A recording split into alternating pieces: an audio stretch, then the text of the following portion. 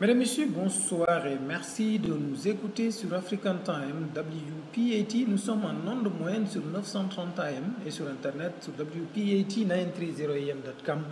Voici la principale édition de l'actualité africaine en français.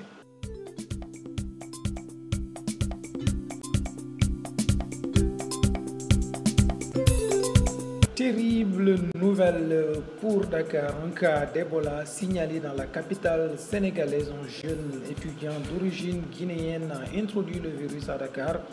où la psychose gagne du terrain. Il a été mis en quarantaine à l'hôpital Fann. Au plan institutionnel, la Cour des comptes a remis son rapport aux autorités sénégalaises. Elle épingle plusieurs autres ministres et chefs de service, dont le commissaire au pèlerinage.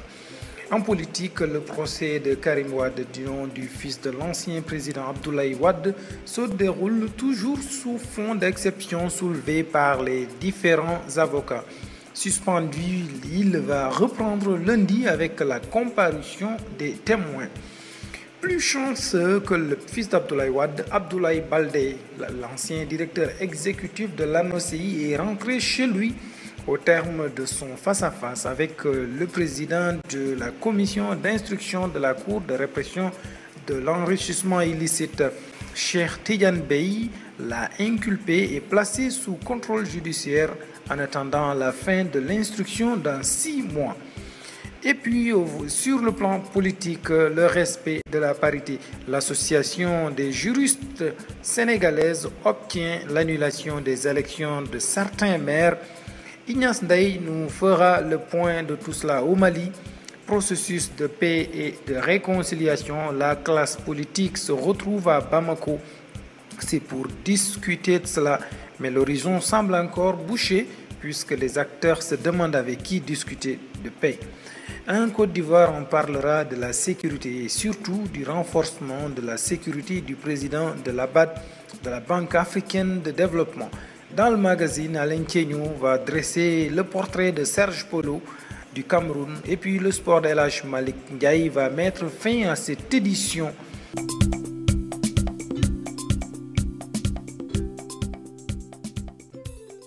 Cette session d'information vous a été offerte grâce au concours de la Royal Air Maroc. La Royal Air Maroc, votre sponsor leader. Mesdames, Messieurs, bonsoir et bienvenue. Merci de votre fidélité à votre émission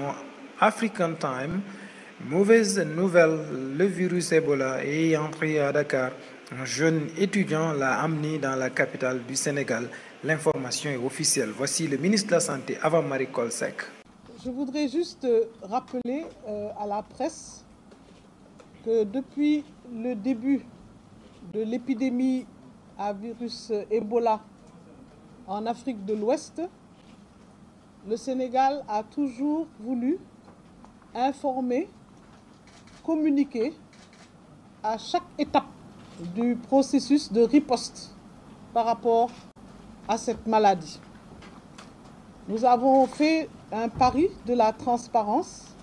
et nous voulons toujours continuer dans ce sens-là. C'est pour ça que je voudrais que vous sachiez que les personnes qui sont avec moi aujourd'hui, notamment étrangères du ministère,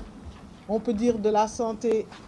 au niveau central, que ce soit la représentante de l'OMS comme monsieur le directeur de l'Institut Pasteur, sont des personnes avec lesquelles on travaille au quotidien et avec lesquelles nous avons donc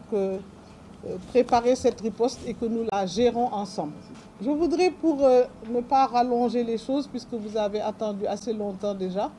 vous lire le communiqué que nous avons préparé, puisque vous avez régulièrement des communiqués. Il y en avait un récemment au sujet de la personne, du médecin épidémiologiste de l'OMS, qui est d'origine sénégalaise et qui a été évacué à Hambourg. Aujourd'hui, je voudrais vous lire le communiqué de presse que nous avons. C'est le mercredi 27 août. Les services du ministère de la Santé et de l'Action sociale ont reçu des équipes de surveillance épidémiologique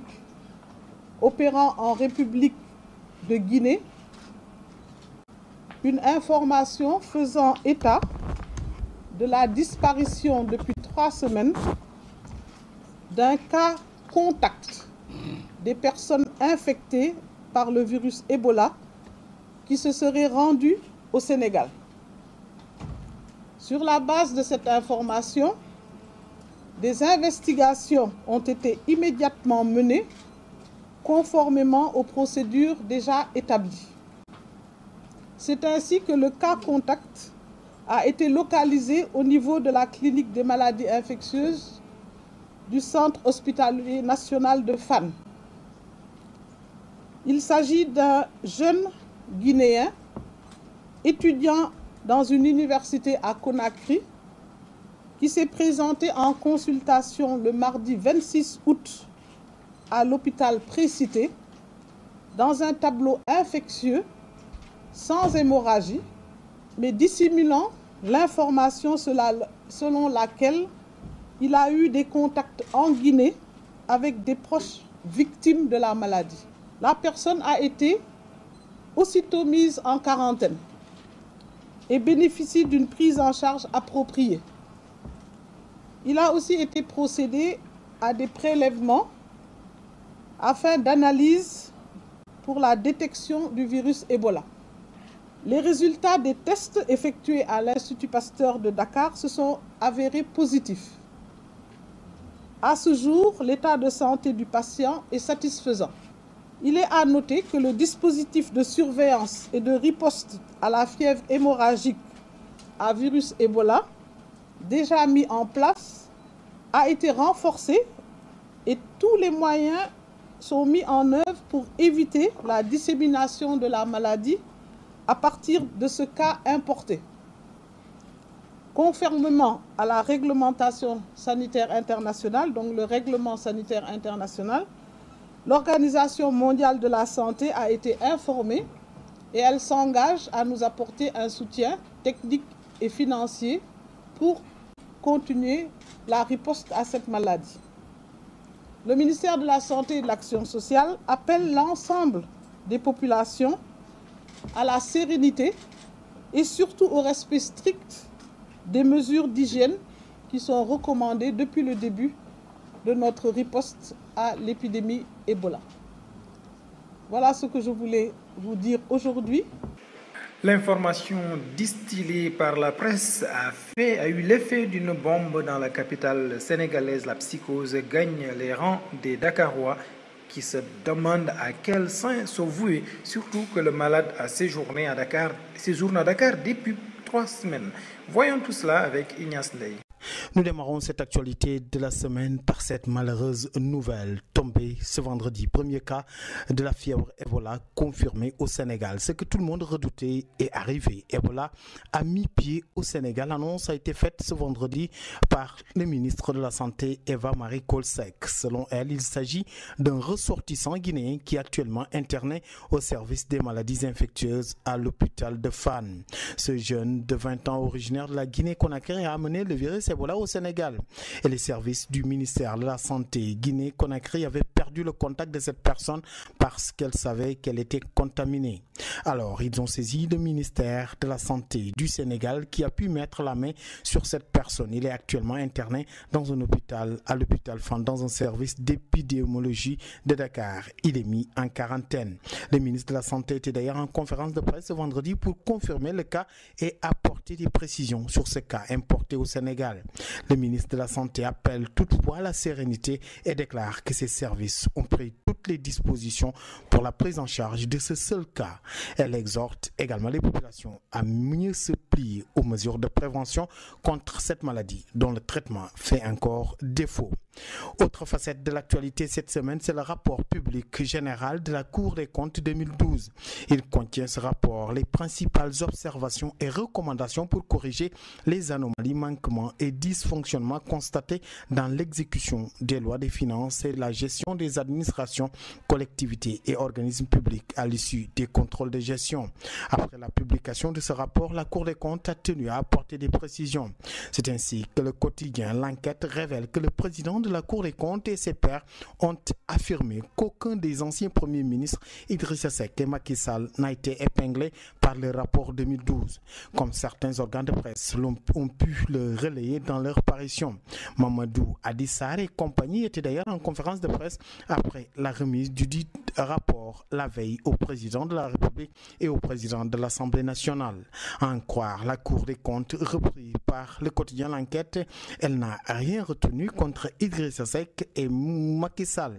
mais a plutôt fait des recommandations au secrétariat général du gouvernement qui gère les questions de mission et des frais y afférents. La Cour des comptes a aussi regretté que le ministère de la Santé et de l'Action sociale n'ait pas répondu à ces questions sur la gestion du programme national de lutte contre le paludisme ou sur la gestion des urgences dans les hôpitaux publics du Sénégal. Un rapport qui a toutefois épinglé certains dans leur gestion. C'est le cas de Ibrahima Wade et Maître Alioune Badara Cissé, successivement secrétaire général du gouvernement. Ils ont été de mauvais gestionnaires des frais de mission à l'étranger. En effet, le rapport de la Cour des comptes révèle plusieurs manquements. La présidence de la République s'est arrogé 56,12% des missions à l'étranger entre 2003 et 2006, contre 7,58% pour la primature et 34,81% pour l'ensemble des ministères. Le feuilleton du procès Karim Wade se poursuit toujours. Les dés semblent jetés. On a tellement tout dit en ce qui concerne les exceptions dans le cadre de ce procès Karim Wade qu'il n'y a plus rien à ajouter. Du moins, c'est la position du parquet de la partie civile qui ont choisi comme un seul homme de renoncer à leur droit de réplique. L'accord tacite, semblerait-il, entre le procureur spécial et les avocats de l'État est qu'il vaut mieux se taire avant que la défense n'ait encore quelque chose à redire, ou plutôt à répliquer sur des points de droit 1000 fois rabattus en brèche. Quelqu'un qui a lui échappé de justesse à la prison cette semaine, c'est l'ancien collaborateur de Karim Wade à l'Annoncié, ancien ministre, actuel maire de Ziguinchor, Abdoulaye Baldé. Convoqué cette semaine devant la Cour de répression de l'enrichissement illicite CREI, Abdoulaye Baldé a été placé sous contrôle judiciaire. Après la demande du procureur spécial Alioune Ndao, la CREI a mis le maire de Ziguinchor sous contrôle judiciaire en attendant que l'enquête sur l'origine des présumés 5 milliards soit bouclée. Autre révélation de taille cette semaine dans des dossiers, c'est celle qui revient sur la gestion du FESMAN. Sindiély Wade, la fille de l'ancien chef de l'État, y avait été épinglée au sujet du remboursement des 400 millions de francs CFA du FESMAN détourné. Libération. Le journal affiche à sa une: Sindiély Wade a transigé. Le journal qui cite des sources autorisées révèle: Sindiély Wade a remboursé 400 millions de francs CFA qu'elle avait personnellement détournés. Selon les informations, lorsque l'inspection générale d'État IGE a interrogé Sindiély Wade, elle n'a eu d'autre choix que de passer aux aveux tellement les faits étaient constants. Les élections locales refont surface et l'installation des bureaux, source de colère des femmes qui avaient décrié la non-parité, devront être revues. Les recours en annulation déposés par l'Association des juristes du Sénégal, AJS, pour dénoncer le non-respect de la parité dans les bureaux de certaines collectivités locales ont eu l'effet escompté. La Cour d'appel de Dakar a d'ailleurs donné raison aux femmes membres de l'association dirigée par la très engagée Fatou Kiné Camara. C'est ainsi que le bureau de la mairie de la commune de Sacré-Cœur-Mermoz que dirige Barthélémy Diaz, celui de Sicap Liberté, de Yeumbeul Sud, Médina Gounass et d'autres ont été purement et simplement cassés, ce qui inclut une autre élection des bureaux et commissions de ces collectivités locales. Et reparlons de la mort de l'étudiant Bassirou Faye. L'enquête progresse sur cette mort de l'étudiant tué d'une balle à l'université Cheikh Anta Diop de Dakar. C'était le jeudi 14 août dernier. Enquête assure que c'était à pas de géant qu'avancent les investigations, même si une certaine confusion est révélée. Ce qui est sûr en tout cas, c'est que le tir fatal vient des éléments de la police, précisément d'un officier présent sur le théâtre d'opération. Mais le jour des faits, les grosses pointes de la police nationale n'étaient pas présents à Dakar. Le directeur de la police judiciaire, le commissaire Seydou Bokariag, se trouvait aux États-Unis. Dans ce même pays séjournait d'ailleurs le directeur du groupement mobile d'intervention de la police, le commissaire Ousmane Gueye, pour une mission dans le cadre du fort. Enfin, le commissaire Omar Bal, directeur de la sécurité publique, était lui en congé en cette période. Mais qui assurait donc vraiment le commandement ce jour-là? C'est toute l'interrogation suscitée après la mort par balle de l'étudiant Bassirou Faye. Les assises de l'éducation ont démarré cette semaine. 3 jours pour diagnostiquer le grand corps malade des assises qui sont au chevet d'une école sénégalaise.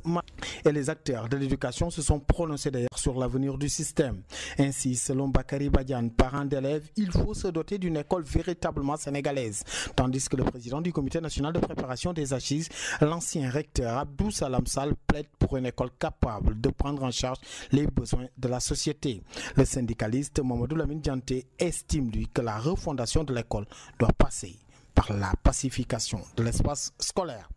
Et puis le mandat présidentiel continue de faire parler de lui. Les jeunes boucliers de l'Alliance pour la République APR n'acceptent pas, compte tenu de la dynamique de développement enclenchée dans le pays, que le mandat du président de la République soit diminué de 2 ans, sans contrainte d'aucune sorte. Au cours d'une conférence de presse organisée ce jeudi à l'ENDES, le coordinateur M. Ahmad Diouf a indiqué qu'il doit être question pour le président Sall de respecter la volonté populaire. Il a rappelé que le chef de l'État a été élu par 65% des Sénégalais sur la base d'un mandat de 7 ans.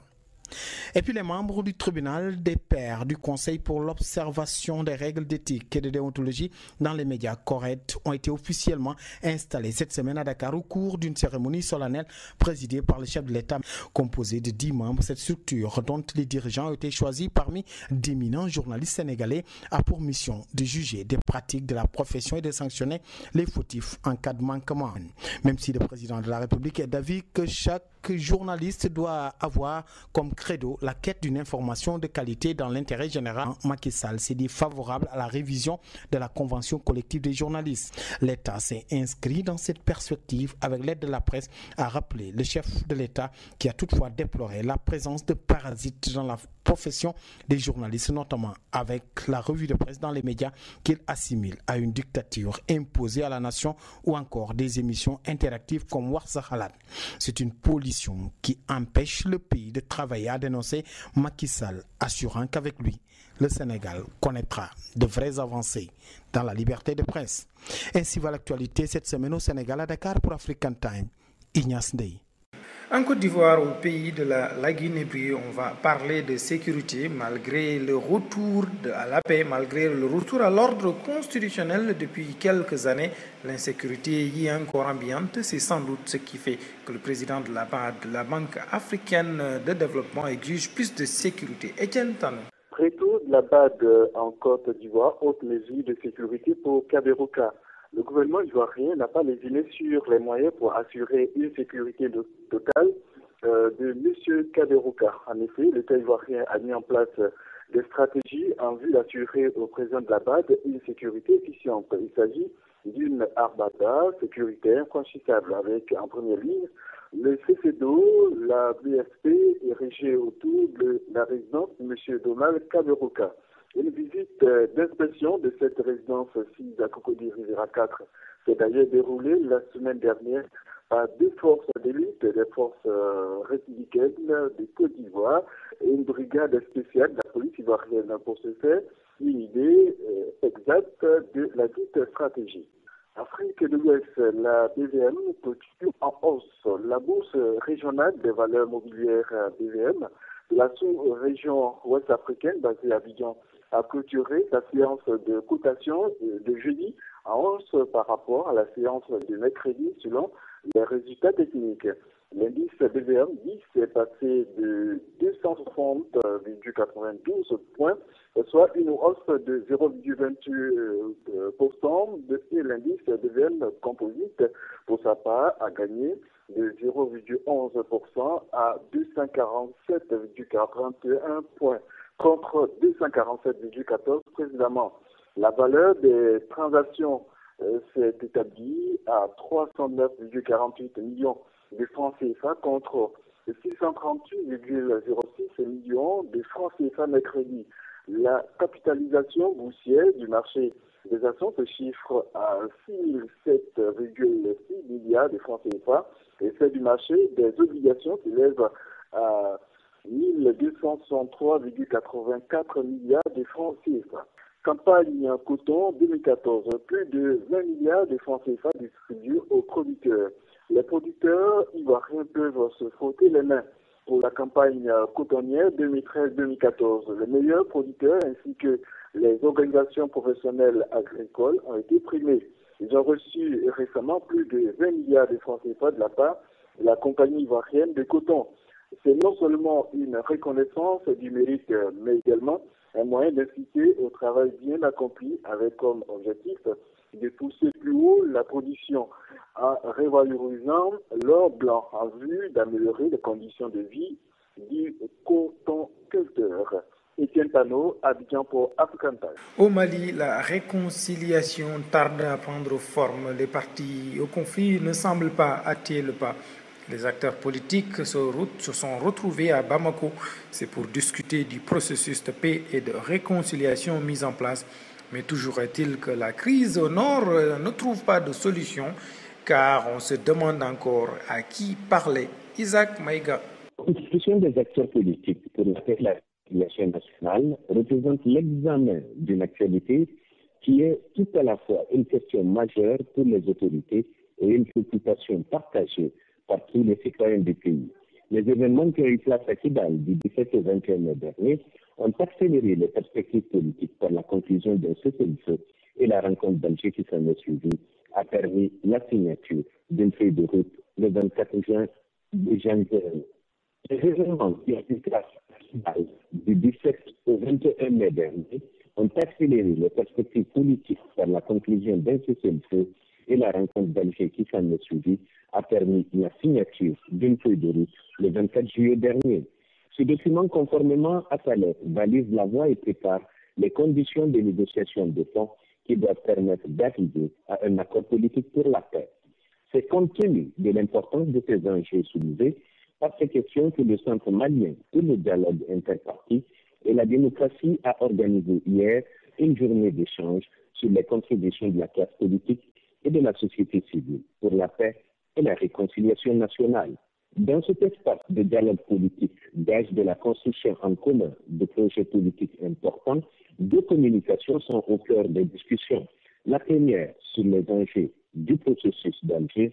et la seconde portant sur les textes de la régionalisation. À propos du processus d'Alger, c'est le 1er septembre prochain que la seconde phase des pourparlers inclusifs intermaliens doit débuter. La première phase du dialogue intermalien d'Alger a été un succès, puisqu'elle a permis de parvenir à une feuille de route signée par toutes les parties prenantes, gouvernement et groupes armés du nord du Mali. En témoigne d'ailleurs la satisfaction de la communauté internationale. La seconde phase de ces pourparlers, elle s'annonce rude et compliquée du fait de la création et de la multiplication de groupes armés au nord du Mali. Dernier né, alors que d'autres sont en gestation, le Gatia, un nouveau groupe armé d'autodéfense proche d'El Hajj Damou, et qui est essentiellement composé de Touaregs de la tribu des Imrad, qu'on retrouve dans les trois régions du nord du Mali. Ce groupe d'autodéfense, Imrad et Ali Gatia, revendique environ 1 millier de combattants. Il affirme avoir une base entre les villes de Gao et de Kidal. Ils sont contre toute forme d'autonomie. Pour ces Touaregs, un seul drapeau doit flotter sur le territoire malien. Bien dit, mais il faudrait être prudent côté gouvernemental. En effet, le grand danger, le vrai, est que chaque individu possède au moins une arme. Et bien que les groupes armés sont encore en gestation dans le nord, rien que pour être à la table des négociations à Alger, sans que le gouvernement de Bamako ne bronche, et cela est tout simplement incompréhensible. Et puis, la Commission nationale des droits de l'homme s'indigne contre la libération des auteurs présumés des amputations et exécutions sommaires et de mauvais traitements. La Commission cite notamment la libération des juges islamiques de Tombouctou, Ogaroga al-Husseini et Yero Ould Daha, chef de la police islamique, tous libérés par les autorités maliennes. Une marche est prévue ce lundi 1er septembre pour dénoncer la persistance de l'impunité. C'est pourquoi les organisateurs ont recommandé au gouvernement de prendre les mesures suivantes: lutter contre l'impunité, respecter le principe de la séparation des pouvoirs en laissant les juges faire leur travail, adopter rapidement le décret d'application de la loi numéro 22-025 du 12 juillet 2012 portant indemnisation des victimes de la rébellion du 17 janvier 2012 et du mouvement insurrectionnel du 22 mars 2012, mettre en place rapidement des mécanismes de justice traditionnels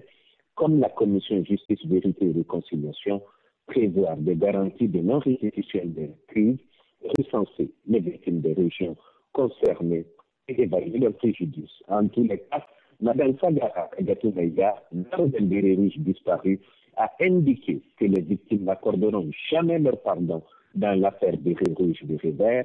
tant que justice n'est pas rendue. Toute chose qui démontre la position des épouses et mères des bérets rouges qui se disent déterminées à aller jusqu'au bout. Bamako, Isaac Maïga, pour African Time. Vous aimez les belles chaussures? Alors écoutez bien. Gora Sneakers au 40 Ouest, 31e rue, entre la 5e et Broadway est l'endroit idéal. Chez Gora Sneakers, il n'y a pas de contrefaçon, tout est original. Vous y trouverez Timberland, Nike, Reebok, Sebago, Adidas et j'en passe les meilleurs. Désormais, vous trouverez chez Gora Sneakers des casquettes et des jeans des plus grandes marques. Alors, ne faites plus attendre vos pieds, offrez-leur des chaussures de qualité. Gora Sneakers, c'est au 40 Ouest, 31e rue, entre la 5e et Broadway, en face du poste office. Téléphone 212 695 64 92. 212 695 64 92. American Language Center, le spécialiste de l'enseignement de la langue anglaise à New York, vous invite à visiter ses nouveaux locaux beaucoup plus spacieux et plus commodes pour votre apprentissage de la langue en Amérique. Il se situe au 229 Ouest, 36e rue, au 3e étage, entre la 7e et la 8e avenue, à 2 rues de Penn Station. Après 35 ans d'expérience et un corps d'enseignants hautement qualifiés, American Language Center propose des cours pour les débutants et pour tous ceux qui veulent approfondir leur connaissance de la langue. Les frais de scolarité d'American Language Center sont très compétitifs et son enseignement est le meilleur dans le pays. Pour les habitants de Queens, la branche locale est au Jackson Heights, 7501 Broadway. Pour tout renseignement, appelez 1-800-ENGLISH, 1-800-364-54-74, 1-800-364-54-74. Demandez après André.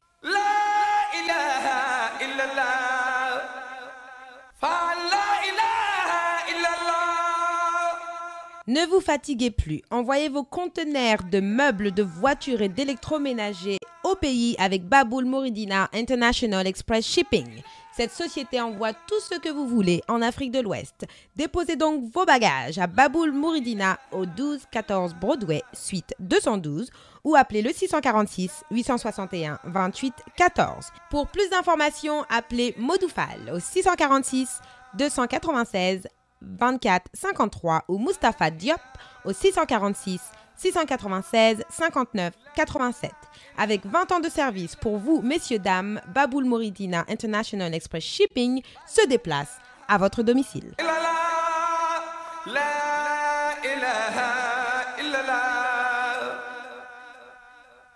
Vous écoutez African Time sur WP 89.3 AM partout dans le monde. Et puis nous ouvrons la page magazine de la rédaction. Il s'agit de la star de la semaine. La star de la semaine, elle porte la signature de Alain Kenyon. Bonsoir. Le matin à mon réveil,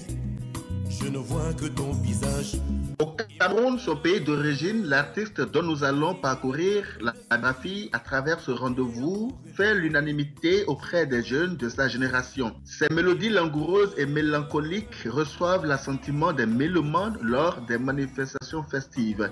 En un mot, l'artiste s'est distillé de la joie dans les cœurs des Camerounais. À leur trêve de parole, place à la découverte. Serge Polo est mon artiste de la semaine sur Radio African Time depuis New York. Je suis Alain Kenyon. Bonsoir. Bienvenue à tous. Serge Polo est le produit de l'école du cabaret au Cameroun. Il est doté d'une puissance vocale phénoménale qui lui permet de chanter sur tous les registres. Serge Polo a baigné dans cet environnement pendant une décennie jusqu'à la sortie de son premier album, Le mari d'autrui. Cet album est sorti en novembre 1996 et a connu un succès fulgurant sur l'ensemble du continent africain, surtout au Cameroun. Et depuis lors, Serge Polo ne relâche point. L'artiste travaille et travaille dur pour aller au sommet de son art avec la sortie des autres albums tels que Carton Rouge en 1998 et Georgie en novembre 2000. Serge Polo puise son inspiration des réalités de la vie quotidienne. Il met un accent particulier sur les mots qui minent la société africaine en général et celle camerounaise en particulier. En novembre 2002, Serge Polo enregistre sous le label de GPS Production La Chicotte de Papa. Cet album, qui réunissait les plus grands noms de la musique camerounaise, a, il faut le rappeler, battu le record des ventes et surtout a permis à Serge Polo d'être désigné meilleur artiste de l'année. Nous étions en 2003. Il a été aussi auréolé d'un disque d'or. Tout comme si cela ne suffisait pas, Serge Polo a signé un autre duo avec le légendaire chanteur de Makossa Guy Lobé sur le titre Cocktail, un album qui est sorti il y a de cela quelques années et dont le nom est le voici, Le Prisonnier. Puisqu'en mars 2006, Serge Polo se voit une fois de plus honoré par le public camerounais qui lui permet, en votant majoritairement pour lui, d'être désigné meilleur artiste masculin de l'année 2005 lors des Canal d'Or, une manifestation organisée par la chaîne de télévision Canal 2 International. Pour tout couronner, bien la grande chancellerie des nationaux décerne à Serge Polo le titre de chevalier de Cameroun. Comme quoi, le travail bien fait paye toujours. Merci d'avoir suivi ce numéro de la star de la semaine sur Radio African Time. Nous émettons depuis New York. À la présentation, c'était Alain Tchegnon. Merci de votre aimable attention. Si Dieu le veut, je vous retrouve la semaine prochaine. Bonsoir chez vous.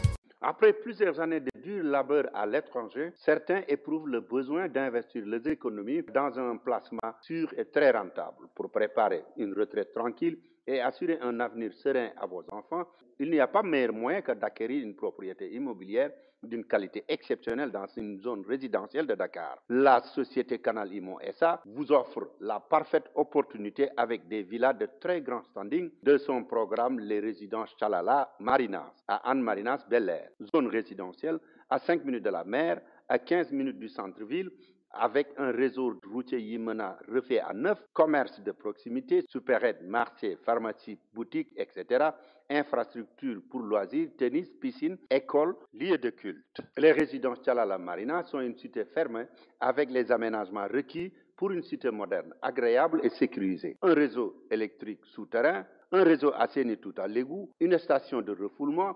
un système d'évacuation des eaux usées et pluviales. Canal Imo SA vous propose les villas Sana avec une surface bâtie de plus de 220 mètres carrés et les villas Aïcha, une surface bâtie de près de 356 mètres carrés. Chaque villa présente 3 niveaux, un rez-de-chaussée et 2 étages. Leurs prix sont les plus abordables pour ce type de logement sur le marché. Les travaux de construction des villas ont démarré et l'évolution du chantier peut être suivie en temps réel sur le site Canal Imo SA, www.canalimosa.sn. Pour toute information, contactez Canal Imo SA, Sacré-Cœur 2, numéro 86 19 H, téléphone 33 864 44 88 ou 77 637 94 94. Email info@canalimosa.sn ou contactez Dambabou de ACN, le représentant de Canal Imo SA aux États-Unis au numéro 646 932 83 81. La Banque de l'Habitat du Sénégal, BHS, est heureuse de vous annoncer ses nouvelles branches BHS Baltimore, 58 14 York Road, téléphone 410 387 2276, 410 387 2276, BHS Philadelphia, 535 South 52e Street Philadelphia, téléphone 215 863 80 02, 215 863 80 02. Vous avez votre licence TLC et vous voulez conduire des limousines, contactez Bayla Keneme. Bayla Keneme met à votre disposition des Lincoln Town Car, Mercedes Air Class, Mercedes S Class et d'autres voitures de luxe sans regarder votre crédit. Quel que soit votre crédit record, vous pouvez avoir la voiture de luxe que vous voulez conduire en tant que conducteur de limousine. Contactez Bayla Keneme. Bayla Keneme vous dit que nous ne chercherons pas à savoir si vous avez un bon crédit ou non. Si vous avez la licence, vous venez, vous nous contactez et vous obtenez immédiatement votre voiture et vous commencez à conduire votre limousine de luxe. Contactez Bayla Keneme à 888-717-8181 888 717 81 81. Ne vous souciez pas de votre crédit. Bayla Keneme met à votre disposition la voiture de luxe que vous voulez et vous commencez immédiatement à conduire votre limousine. Contactez Bayla Keneme 888 717 81 81.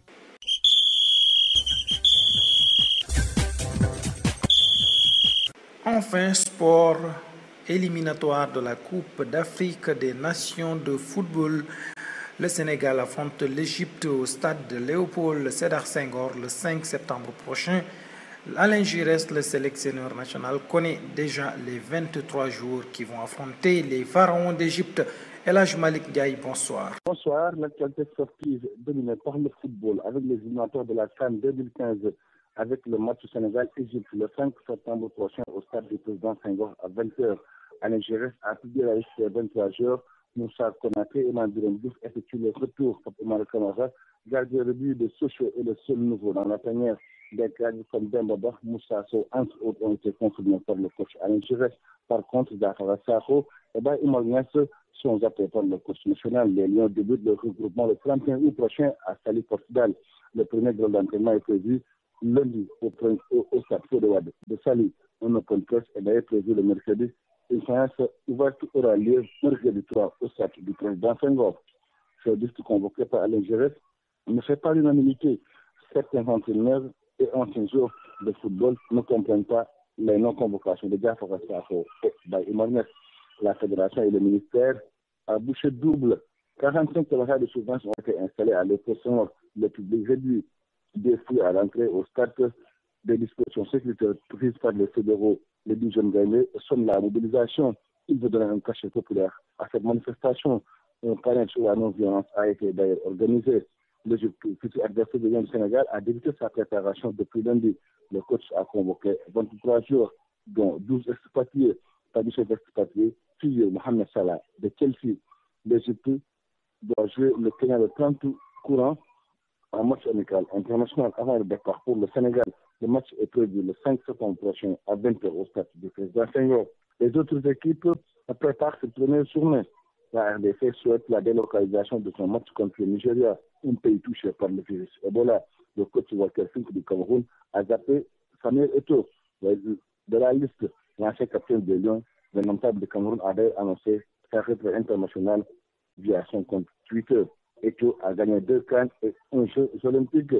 Le nouveau coach de la Côte d'Ivoire a zappé Kolo Touré et David Sakora. Au chapitre des transferts, Zafara Sakho à West Ham pour 2 ans.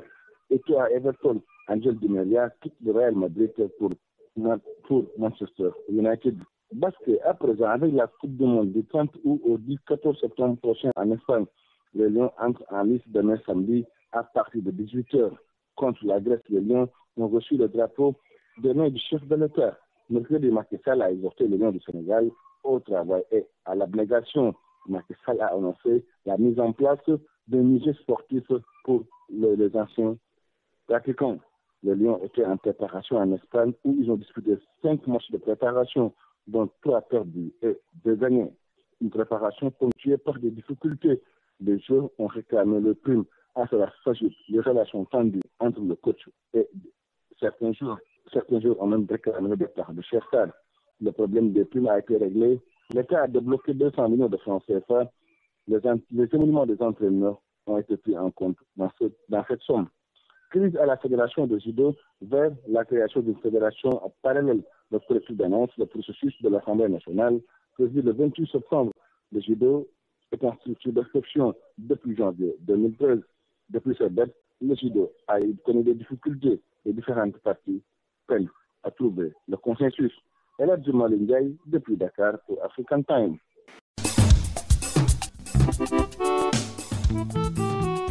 Bonne fin de soirée. Merci de votre confiance et de votre fidélité. Merci à Adam Babou et à Falloudien pour la réalisation et la mise en onde de cette édition. Une édition consacrée au virus Ebola qui a fait son entrée à Dakar après donc la Guinée. Je vous retrouve vendredi prochain, même heure, avec différentes informations sur le continent. S'il vous plaît, adieu. Au revoir.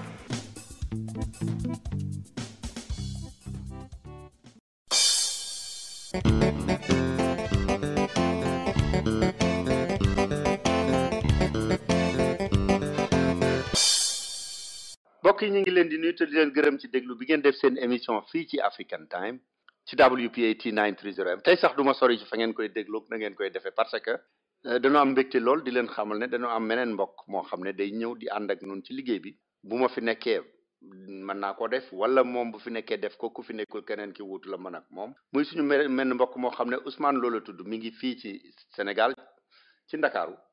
waaye itam ku xam suñu réew ma la ndax dund na fa lu yàgg bala mu daataan ñëw fii Sénégal kon defe naa wax ak nun du jafe ci moom donc am na nu mbégte lool di leen xamal ne tey jii bu ngeen nu déggatul rek fu émission bi ñëwee fu ngeen déggee Ousmane Lo African Time la rek yàlla mooy def loolu muy yokku ci jamono ju nekk jaageen jëf kon ma bàyyi leen ak Ousmane Lo. jërëjëf Dame Babou bu ñu dellu si waat ci présentation bi ñu ngi wax lii ànd ak yow ci ay bés gu jot di faram-fàcce li nga xam ni moo xew ci réew mi ak bitim réew yéen a ngi ñuy déglu mbokk yi ci WPAT 930 AM New York mën ngeen ñoo déglu itam ci internet bi ci WPAT 930am.com wala bu ngeen bëggee dégluwaat émission bi ngeen dem ci yolele.com.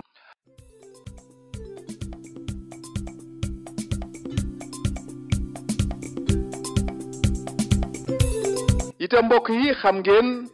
lu xew di njàmbat li xew mooy lan mooy feebar boobu nga xam ne moo nu la jël wit muy Ebola bi ci kanam tuuti da ngeen déglu ministre bi waxtaan ci waaye ci faram fànce gi da ngeen déglu Papa Ndaw moom mu leeral leen lépp li nga xam ne aju na ci feebar boobu ñii nga xam ne ñooy jàng itam ak jàngalekat yi dafa mel ni njàngum sunu doom yi am na mbir waaye danoo fas yéene looloo njàng mi waxtaan ci loolu bu ko defee da ngeen déglu itam Papa Ndaw mu leeral leen mbir yooyu waaye dafa mel ni itam mbirum journalisme dafa mel ni am na lu bees lu ci xew bu ci kanamee da ngeen déglu Papa Ndaw mu leeral ko waaye itam Cour des comptes ki nga xam ne moom la ñu jox muy attekat yi nga xam ne moom la ñu jox mbirum réew mi ñu saytu ko kenn ku nekk la nga yoroon ñu seet ko lu mu doon seet nañ mbir yi ba mu leer loolu danañ ko leeral ci kanam ñun ak Papa Ndaw waaye itam na ngeen xam ne mbokk yi tabaski gi dikk na mbirum xar yi nu mu mel Papa Ndaw dina ko leeral bu ca kanamee Sidiki Kaba kat mooy sunu ministre bi nga xam ne moo yor mbirum atte bi dafa mel ni ak raaye jox nañ ko raaye boobu lu mu doon papa dina ko leeral ci kanam waaye Sindiély Wade nag moom mbokk yi Sindiély Wade dafa mel ni kat la dal mag ja daf koo dal dafa mel ni dañ koo jiiñ ay mbir waaye moom la dal mag ja dalu ko ci loolu dafa am nu mu def dafa mel ni moom dafa bankub tànkam Pape daal dina ko leeral waaye itam Ablaye Balde kat dañ koo jàppoon waaye jàpp mi moom itam leeragul moom itam waaw sëriñu Samuel Sarr seeti woon na ko mu ngi koy tinu ndax danañ ko baal ndax doo ko baal Papa Ndaw dina ko leeral ci kanam waaye dafa mel ni itam réew mi am na fi ay jànq yoo xam ni dañuy muuru ba pare di indi mbir Pape dana leeral loolu waaye buñ fa jógee danañ dem ci Alaaji Malick Ndiaye xam ngeen ni moom mooy wax ci mbirum football bi te xam ngeen ni sunu gaynde yi am nañ loo xam ne lii mu ngi ñëw ci kanam ci ñaari match dina ko waxtaan buñ fa jógee dem ci Xaadim Samb moom mbirum làmb lay wax mbirum làmb joojee xam ngeen Xaadim ca la muy wax moo ca man ca la muy wax moo ca xam dina ñëw ak yéen ci loolu bu ko defee mbokk yi dañuy tàggatoo ak yéen ñëw rek ak ci li nga xam ne mooy solo si sëñ Pape gannaaw buñ la nuyoo sant la gërëm la xam nga dégg nga ministre bi ci waxam mbirum Ebola mi Pape nu mu demee waaw Ousmane ni nga ko waxee noonu la amee woppi Ebola ginnaaw bi nga xamee ne bii fan yi ñu génn wala weer yi ñu génn yëpp ñu ngi ko doon laam-laamee am Ebola indi Ebola tey jii ci lu leer nañ nag xam nañ ne woppi Ebola mi ngi fii ci Dakar kaddu yooyu ñu ngi ko nangoo ci Eva Marie Coll Seck mi nga xam ne bii mooy jëwriñ ji ñu dénk mbirum wér-gu-yaram fii ci Sénégal waaye nag li nga xam ne bii moom la njëkk a wax jëm ci mbir moomu dafa indi leeral du caage ni woppi Ebola dafa feeñ fii ci Sénégal waaye benn doomu réew Guinée boo xam ne nii moo bàyyi ko Guinée ñëw fii ci sunum réew moom moo fi indi woppi Ebola muy nag gulee di cundum di benn te ñuy ñaan rek yàlla na yem ci benn boobu fii ci sunum réew. waaw ki ko yor nga ne Guinéen la waaw nu mu ko indee ak nu mu demee ci moom. waaw ci kàddu yi nga xam ne bii nangoon nañu ko ci Eva Marie Coll Seck di jëwriñ ji nga xam ne bii moom la ñu dénk mbirum wér-gu-yaram xam la ci ne ndaw loolu benn xale lu góor la boo xam ne nii réewu Guinée la fekk baax mi ngi am lu toll ci 20 at moom nag étudiant la ci benn université boo xam ne ni dafa nekk foofu ca Guinée moom moo daal di jóge woon Guinée nag ñëw fii ci sunum réew di Sénégal te du sax moom moo tax ñu xam ne am na woppi Ebola mais dafa fekk ne ca réewu Guinée ñi nga xam ne bii dañ fay topp jàngoro yi Ebola ji ñoom ñoo jékki-jékki rek ne am na kenn koo xam ne nii daal ci jegeñaale ja koo xam ne nii dafa amoon wopp jooju moom la ñu gisatuloon fenn alors ñooñu nag bi ñu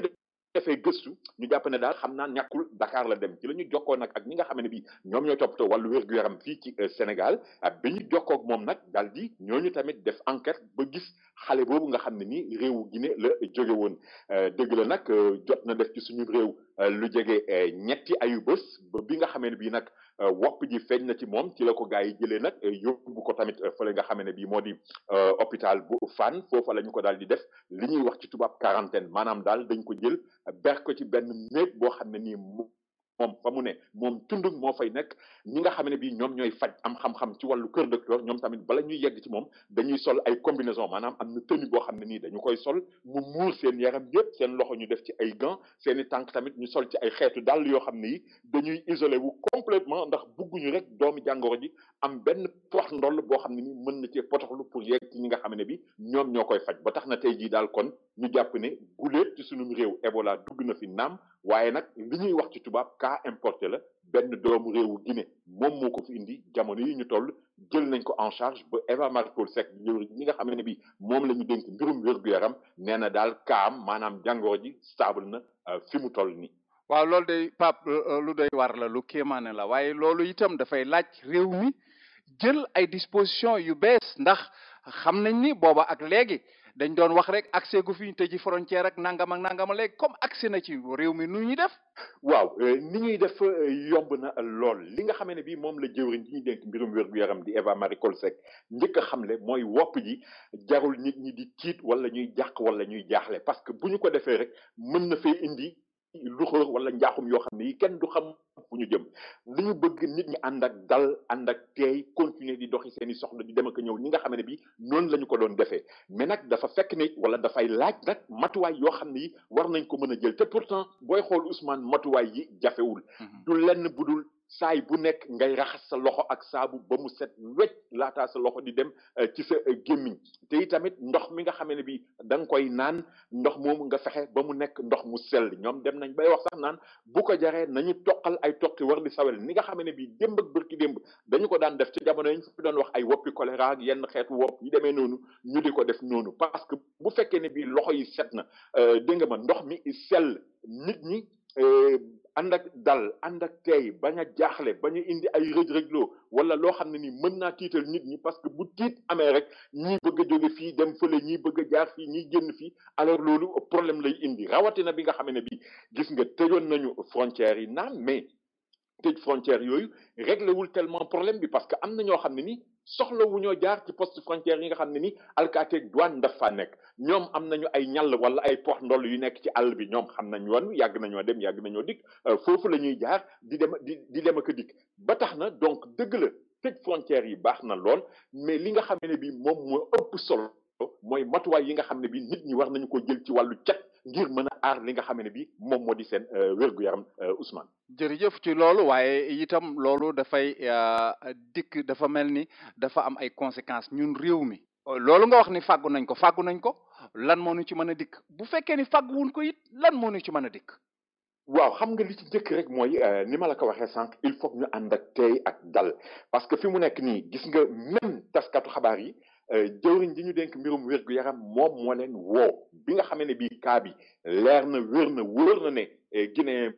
boobu ñëw Sénégal dafa am woppi Ebola moom jëwriñ ji ci boppam moo woo taskatu xabaar yi conférence de presse pour expliquer leen nee na ni nga xamee ne bii noonu la ñu war a doxalee léegi moo di wax dëgg te bañ a nëbboo bu ko defee ñoom waa ministère ñi yëngatu ci wàllu woowu lépp loo xamee ne bii yëg nañu ko dinañu woo taskatu xabaar yi wax leen ko bu ko defee ñu daal di koy wax askan wi ñu xam ko mais taskatu xabaar yi ñoom tamit war nañu mën a ànd ak tekk ak teey wala nag bañ fee nekk di tiital nit ñi ak di leen xupp comme ni ñu fiy def léeg-léeg jékki-jékki dégg tëll rek ne damm na te xamuñu nu mu demee loolu war nañ ko bàyyi parce que am na ci taskatu xabaar yi ku ko laaj sax ba xam naan est-ce que kaawu Ebola bi am Sénégal tey du tax waa Màkka ne aj ji xëy na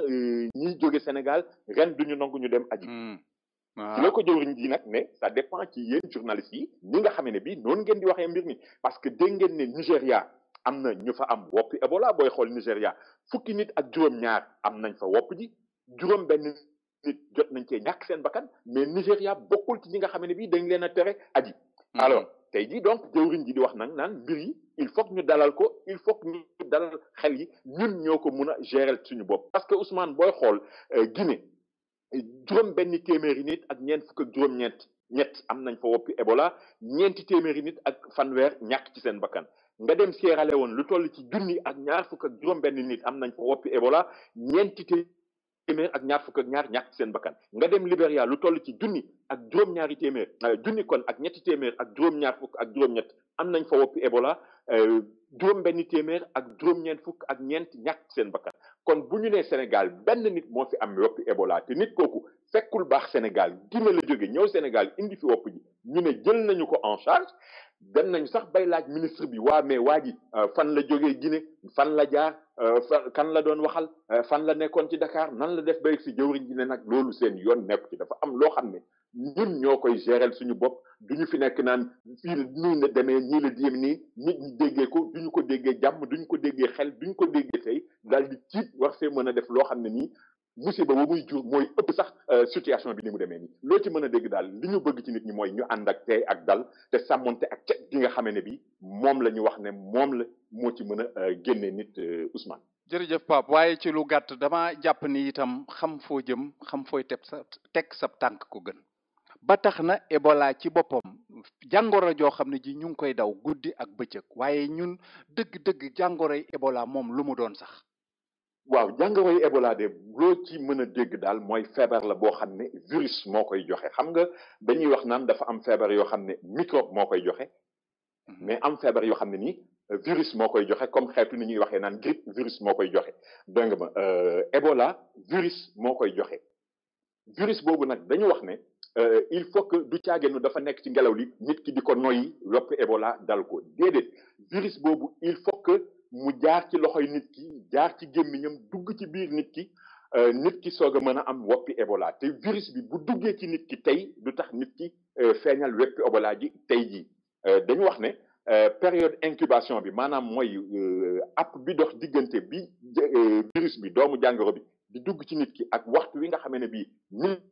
ki dina génnee feebar bi dañu ne dox na ci diggante ñetti fan jàpp ñaar fukki fan ak benn alors wopp ji nag bu dalee nit kooku dafay ànd ak yaram wuy tàng yaram woowu di tàng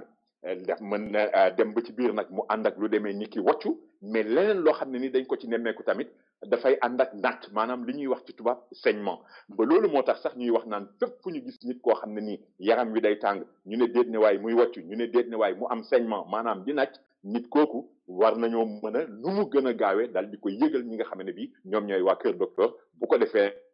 nag ñoom danañu am seen matuwaay yi nga xam ne bi moom la ñuy xeexee jàngoro ji rawatina bi nga xam ne bi ñu ngi wax naan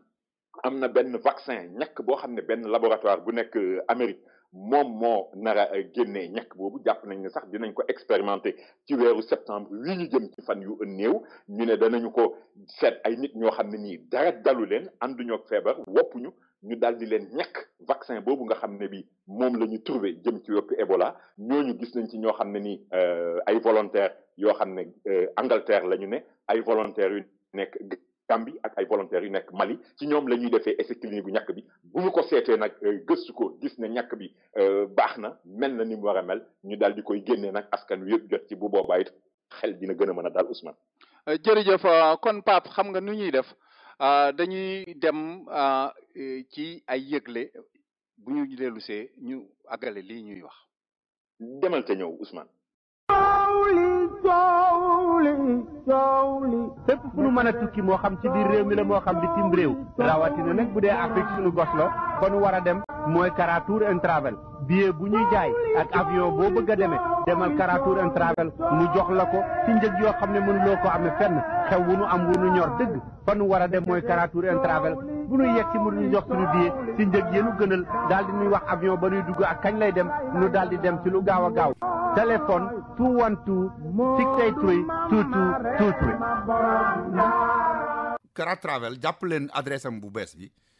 120 West 116th Street room 3C ci diggante 7th ak Lenox Avenue. soxna Awa Gumbale moo dellu si di gërëm clients yi bu baax di leen xamal ne tey bu Kër Kumba màggee ba ñu ubbi leen Kër Kumba number 2 mu nekk ci Bronx ci 3835 White Plains Road yéen a tax li ngeen ci jàpp moo tax mi ngi nekk ci diggante 220th ak 221st ci White Plains Road téléphone 347-697-7649 ñu di leen xamal ne spécial yi am ci Kër Kumba number 1 bi nekk ci Harlem moom ngeen di fekk foofa itam ci Bronx spécial c'est bon laaxu dimanche bi ñu leen di defal ceebu jën bu jaga ak ceebu jën bu weex bi ñu leen di defal mu ànd ak suul ak bëgëj ak suppu kanja kaldu ak maafe yi mbaxal mu saalum mi ñu leen di defal talaata ak mbaxalu jën mu weex mi ñu leen di defal altine dibi Sénégal bi ànd ak foie ak yàpp ndekki yi nga xam ne itam dañ leen koy defal sandwich foie sandwich su viande ak poulet te itam pain français ba ngeen fa daan fekk ma nga fa ba tey ci Kër Kumba number 1 ci Harlem ak Kër Kumba number 2 ci Bronx bu ngeen ci bëggee xam lu gën a leer man ngeen a woote ci 212-866-3900 866-3900 wala 212-866-1551 soxna Awa Gumbale nee na mi ngi leen di gërëmaat. BHS bu New York nee na yéen ñi jógee Saalum déglu leen mu wax leen lu neex a neex léegi am na agence am mi ngi nekk ci adresse bi ci Kaolack loo 48 quartier Léona numéro téléphone 33 938 47 00 léegi ngeen xam ne képp ku ngeen di yónnee Kaolack xaalisam mën naa dem ci BHS bi nekk ci Léona loo numéro 48 ca loo numéro 48 ba bu leen ko fàtte itam xam ngeen ne fan yi fi ngeen di yónnee xaalis Sénégal yépp dafay bari compagnie yoo xam ne bu ngeen fa yónnee seen xaalis dañu leen di wax naan courant bi dafa coupé amuñu fi mu nekk réseau bu baax ak mënuñoo génne xaalis bi ngay di dem ak di dikk ñu di leen xamal ne BHS New York moom dafa am ay bureau boppam yoo xam ne boo fa demee courant bu coupé bu ñàkk a coupé ñoo ci yem daañu la fay sa xaalis ci saase ñu di leen xamal ne itam bu fekkee da ngeen a bëgg a yónnee xaalis Sénégal ñu dugal leen ko ci compte banque dem leen ci BHS dana yónnee seen xaalis bu fekkee da ngeen a bëgg a yónnee seen famille itam dana mën a yónnee seen xaalis bu ngeen ci bëggee xam lu gën a leer man ngeen a woote ci BHS New York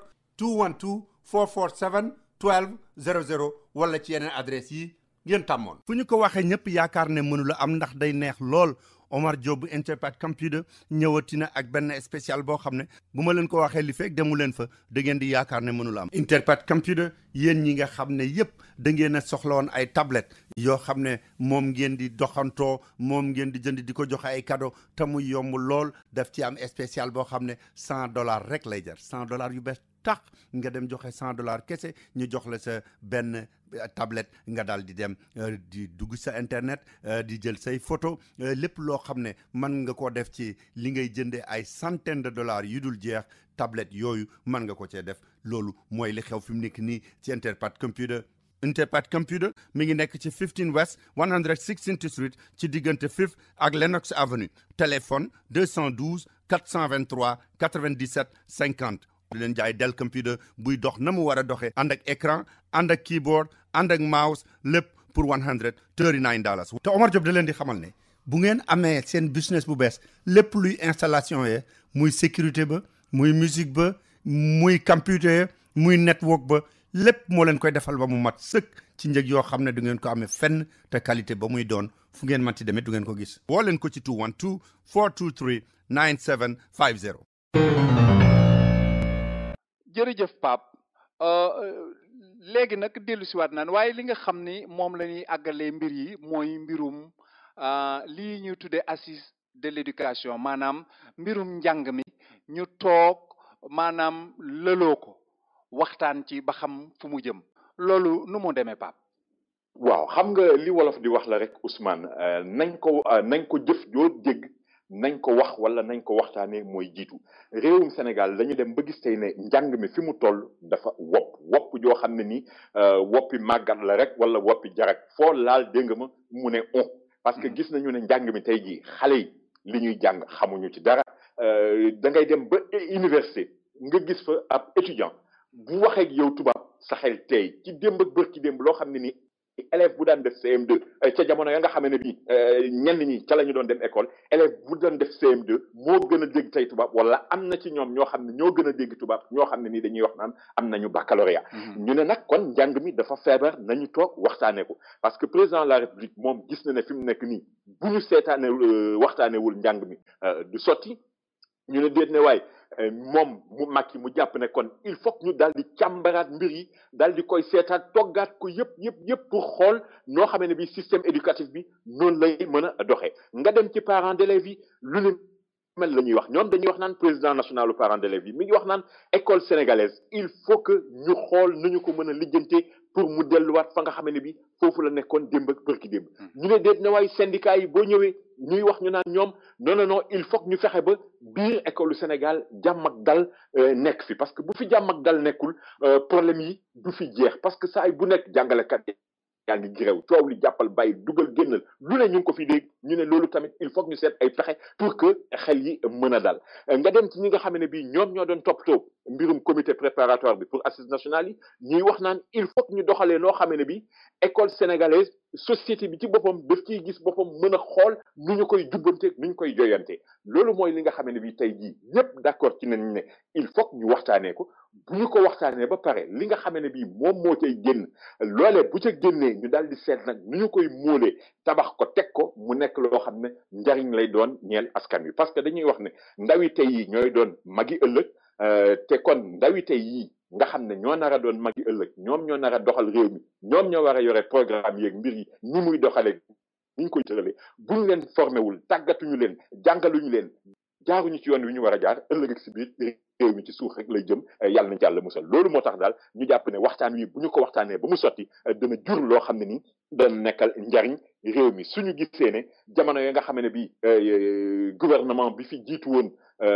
bu Macky Sall ñu ngi fi woon ñoom demoon nañ bay wax sax naan 40% maanaam budget Sénégal li mu téeméer boo jël ñeent fukk yi ci éducation lañ ko dugal te éducation boobu mënul baax ba léegi moo tax nag ñu ne daal il faut ñu waxtaanee ko pour saafara mën cee am Ousmane. jërëjëf Pape ci mbirum njàng mi loolu leer na yàlla nañu yàlla dimbale ba sunu njàngum xale yi leer nañ waaye dafa am beneen mbir yi itam moo xam ne mi xew na ci bis yi nga xam ne ñoo ko génn boobaak léegi coow la fii ci réew mi mbirum korel mi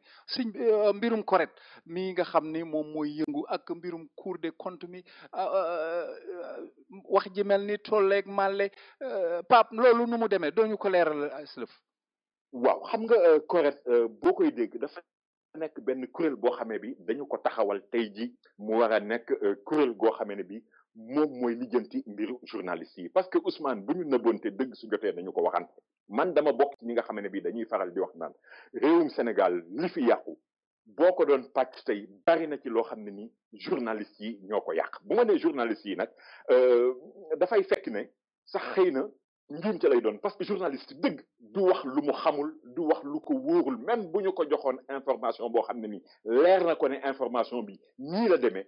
bala koy publier maanaam bala koy génne nit ñi di ci jot dana ko vérifier gëstu ko def ay recoupement ba mu wóor ko ne nii lu wér la mu soog ko mën a génne mais tey yi dañu dem ba métier bi dafa am ñu ci rax ñoo xam ne ni xëy na bokkuñ ci wala ñu ci dugg ñoo xam ne nii waruñ ci woon a bokk parce que président Macky Sall dem na bay wax sax naan tey booy xool revue de presse yi ni nga xam ne bii noonu la ñu koy defee ci rajo yi dañu bëgg a jël réew mi otage wala ay nit ñoo xam ne nii dañoo am seen alal jóge fële rek ñëw monter benn journal wala benn rajo pour régler ay compte wala pour defar seen affaire alors loolu moo tax nag tey ji moom Macky Sall dem ba ci biir mu ne booy xool sax moom lijjanti mbiru journaliste yi li ko doon gënal mooy correct toppatoo ko plutôt que ñuy porter plainte journaliste di ko yóbbu justice tey jii nag dañu tànn lu toll ci fukki journaliste yoo xam ne ni ñoom ñoo nekk ci CORED googu ñoom ñoo fay toog ba tax ëllëg ak si biir journaliste bu fi def njombe wala nga wax fi loo fi warul wax wala nga def fi loo fi warul def waa CORED yooyu ñoom ñoo lay woo atte la comme bu fekkoon ne bi tribunal nga taxaw maanaam te dafay doon ñoo xam ne ni xam nañ li ñuy wax xam nañ nu muy demee ndax ñan ñoo bokk ci CORED Mame Less Camara mi nga xamee ne bi journaliste la formateur la ci CESTI di école bi jàngale journalisme te nguur gi taxawal ko Diatou Cissé Coulibaly di journaliste nekkoon na télévision Sénégal daan na présenté même journal nekkoon tamit ki nga xamee ne bi moo doonoon secrétaire général du syndicat journaliste yi ñu tuddee ko SYNPICS Saliou Touré di journaliste boo xam ne nii APS agence de presse sénégalaise la nekkoon mais tey jii moom mooy président association presse étrangère bi maanaam journaliste yi nekk bitim réew mais moom doomu réewu Sénégal la mais dafa fekk ne aussi moo toogal ci réewu Sénégal benn organe de presse boo xam ne nii Espagne la nekk Eugénie Rokhaya Aw moom itamit CORED la bokk moom mos naa nekk directrice su CESTI école bi jàngale journalisme Niania Sidibé Diagne moom journaliste la nekkoon na directeur télévision bu Sénégal Ibrahima Bakhoum journaliste la nekkoon na CESTI nekkoon na kon APS moom tey ji formateur la CESTI Mamadou Biaye nekkoon na fi directeur de publication bu journal quotidien Kader Diop moom agence France Presse la nekkoon Safili Sow nekkoon na fi directeur de publication bu Sud Quotidien Cheikh Tidiane Fall nekkoon journaliste moom itamit nekkoon na Soleil sax mujj gi mu nekkoon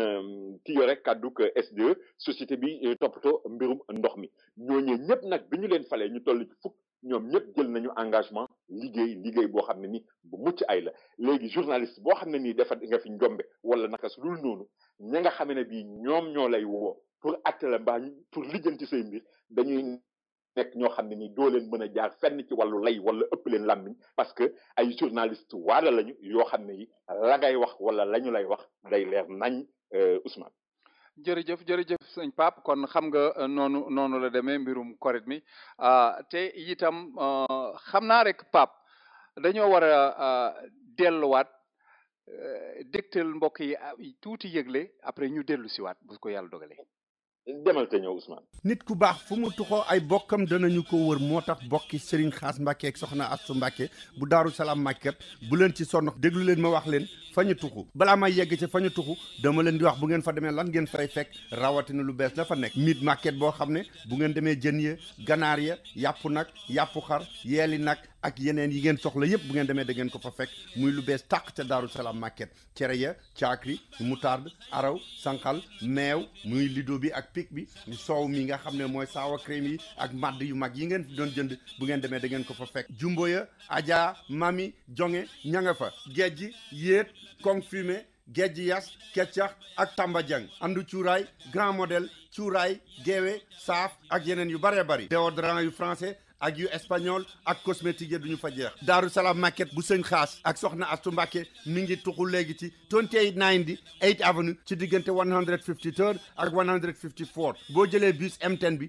ca buntu ba la lay wàcce boo jëlee bii wala du train one block rek la lay wàcce téléphone 212 222 2658 wala ci 646 244 1479 yaatu na lool te set ñu bari ci ñun bitim réew bu ñu liggéeyee ba mu metti lool lanu ca fortaat dañ koo bëgg a dugal ci lu leer ko boo fortaatoo bëgg koo dugal ci lu leer ngir yow ak sa njaboot ëllëg da ngay dem seeti Canal Imo SA ndax kër gu baax nga jënd ko mu baax lool dara mënu koo gën a wóote Canal Imo SA daf leen di jox les résidences Chalala Marinas mu nekk ci Hann Marinas zone résidentielle la juróomi minute a dox digganteem ak géej gi fukki minute ak juróom a dox digganteem ak biir Dakar te nag tali yañ fay dem yu baax a baax la commerce yu bari ñoo fa am ay supérette marché ay pharmacie boutique tennis ak piscine ak yu demee noonu mbiri sport ak école ak itam ay jullikaay les résidences Chalala Marinas cité la bu ñu fermé kap am seeni gardien réseau électrique ba dañu ko suul évacuation ndox yaak douche ya na mu ware la ñu ko defee Canal Imo SA daf leen di jox villa Sanna nga xam ne 150 mètres carrés lay doon ñu tabax ca ñaari étage wala villa Aïcha ñu tabax ca ñaari étage moom it muy 300 mètres carrés te njëg yi mu leen koy jaayee amul kenn ku leen mën a jox ci Ndakaaru yu yombe noonu kër ya du lu ñuy waaj jëmale déwén ak déwén jéeg tàmbali nañu koo tabax mën ngeen a dugg ci seen website canalimosa.sn xool fi tabax bi toll wala ngeen demal fa seen bopp wala ngeen yónnee fa mi ngi nekk ci Sacré-Cœur 2 86 19H téléphone 33 864 44 88 wala cellphone 77 637 94 94 wala ngeen contacter Dame Babou man mi di wax ak yéen mi leen toogal ci Amérique 646 932 83 81. képp kuy jàmbat ku lay yóbbul say bagage ma wax la shipping bi kan moo ci gën a gaaw mooy Babul Mouridina International Express Shipping Babul Mouridina International Express Shipping ku ne xam na ne lu ëpp ñaar fukki at gaa ya fa nekk la ñuy def shipping kenn mënu cee yem ak ñoom expérience ñi ngi nekk ci 1214 Broadway number 212 man nga leen a woo ci seen numéro téléphone bagage yoo mën a am ak fu mu mën a jëm ci Afrique moo xam da nga jënd salon bu bees moo xam da nga am valise booy yónnee moo xam da nga am oto booy yónnee lu mu manti doon yóbbu ko Babul Mouridina International Express Shipping boo ci bëggee xam lu gën a leer rek li ngay def woo leen ci 646 861 2814 yéen ñëpp miin ngeen Modou Fall ak Moustapha Diop ci lu jëm ci yónnee bagage yemuñu ca kenn te ña nga fi ba ko kenn tàmbaleegul woon wool Modou Fall ci 646 296 2453 wala nga woo Moustapha Diop ci 646 696 5987 bu dee ca Ndakaaru la yomb naa dem jëli sa bagage sa famille dañu dem rek fi nga xam ne mooy Sodida ci zone industrielle bi wala ñu woo El Hadj Sarr ca Dakar 77 644 1544 wala ci 77 626 1366. képp ku yaakaar ne expérience am na lu ko mën a wuutu boobu da ngaa demagul Africa Travel Management boo demee Africa Travel Management ba fekk fa Cheikh Diwane Sylla ak expert ya mu àndal da nga xam ne agence boobu rek moo lay wax ne la avion boo bëgg a demee ak fu mu mën a jëm muy South Africa Delta Royal Air Maroc njëg yi gën a yomb ñoo la koy wax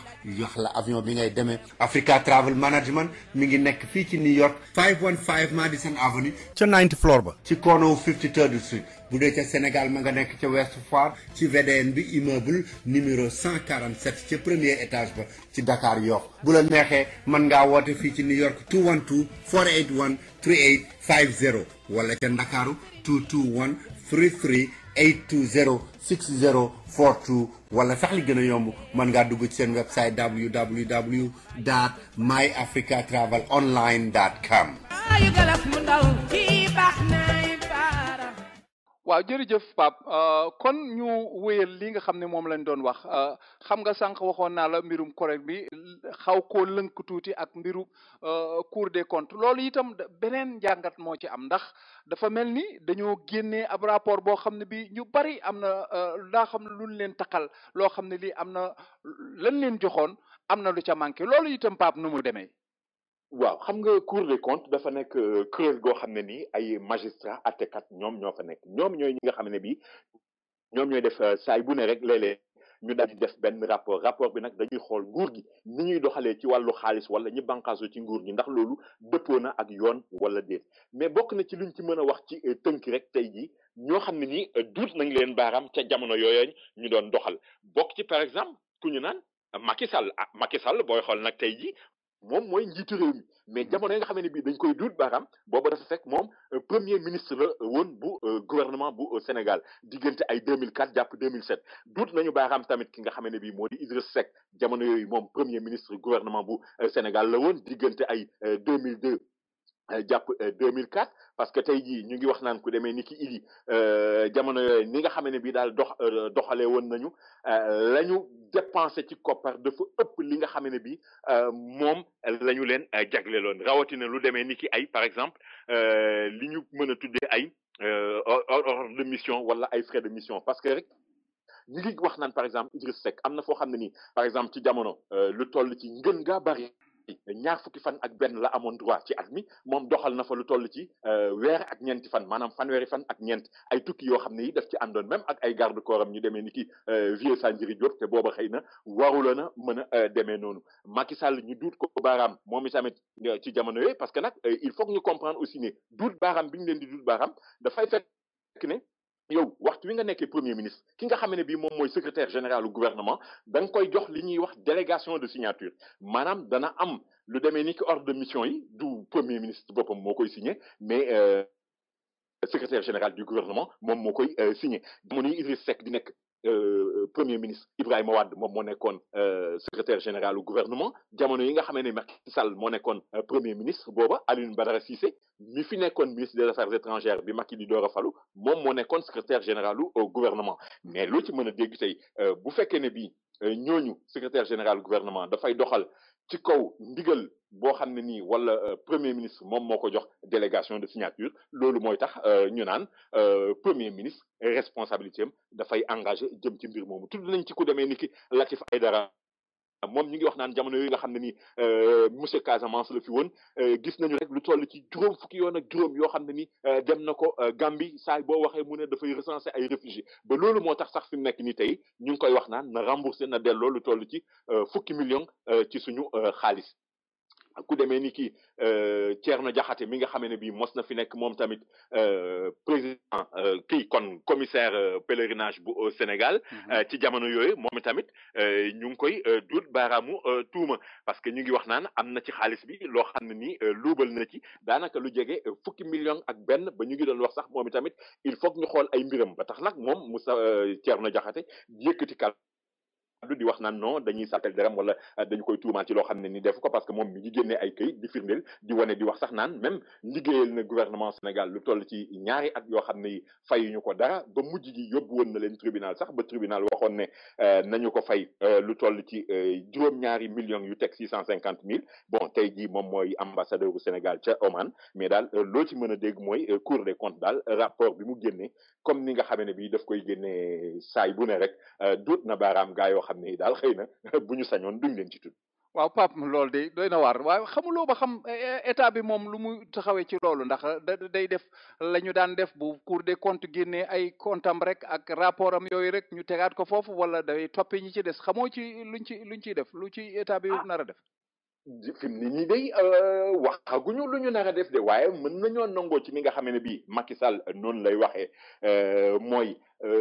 lépp lu waay guux dana ko goqi lu waay won dana ko génne du far kenn du làq kenn ah képp koo xam ne nii duut nañ la baaraam boo xam ne nii ci lu leer la ci firnde yu leer la moom bay boo nga pare rek rawatina bi nga xamee ne bii am na ñoo xam ne carrément dañ leen ne rembourser leen delloo leen ko pari parce que nag tey jii Macky Sall taxawaay bi nga xamee ne bii moom la taxawee tey du ñàkk danañ ci dellu si kanam sax am na lu mu jural Sénégal ci benn doomam boo xam ne nii takkal nañ ko benn ndombo tànk parce que dañuy wax naan réew yu bari yu demee ni ki ay Amérique wala yenn réew tugal yi ñoom daal kontaan nañ ci Macky Sall ni nga xamee ne bii noonu lay doxalee jëm ci wàllu bonne gouvernance ak xeex li nga xamee ne bii moo di guerre ci suñu réew. waaw jërëjëf Pape kon xam naa dañuy jàll rek ci leneen maanaam fii mu nekk nii dañ doon ñaanub taw waaye taw dikk na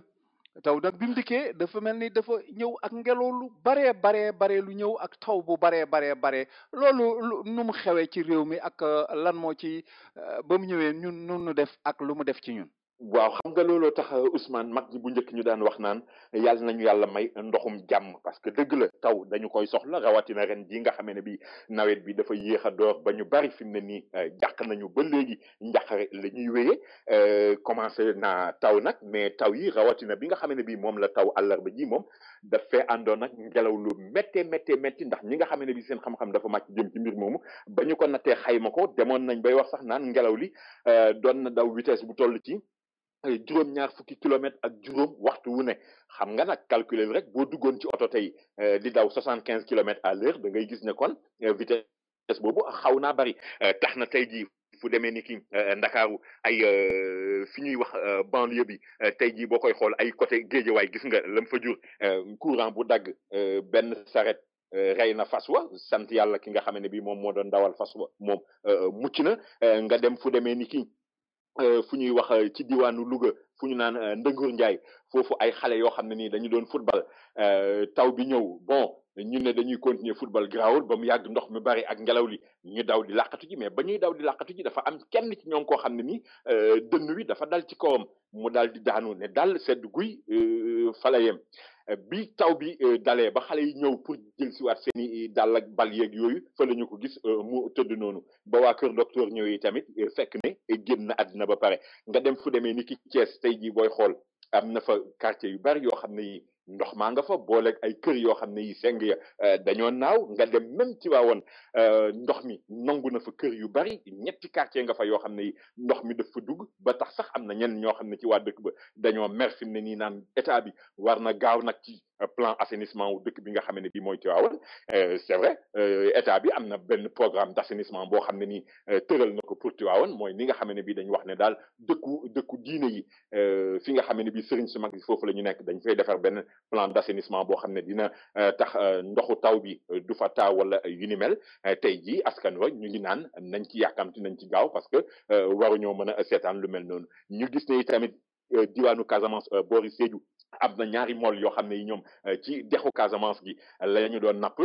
seen gaal ga daal di wëlbatiku gaal ga ba mu wëlbatikoo kenn ka ca ñoom mucc na waaye ka ca des moom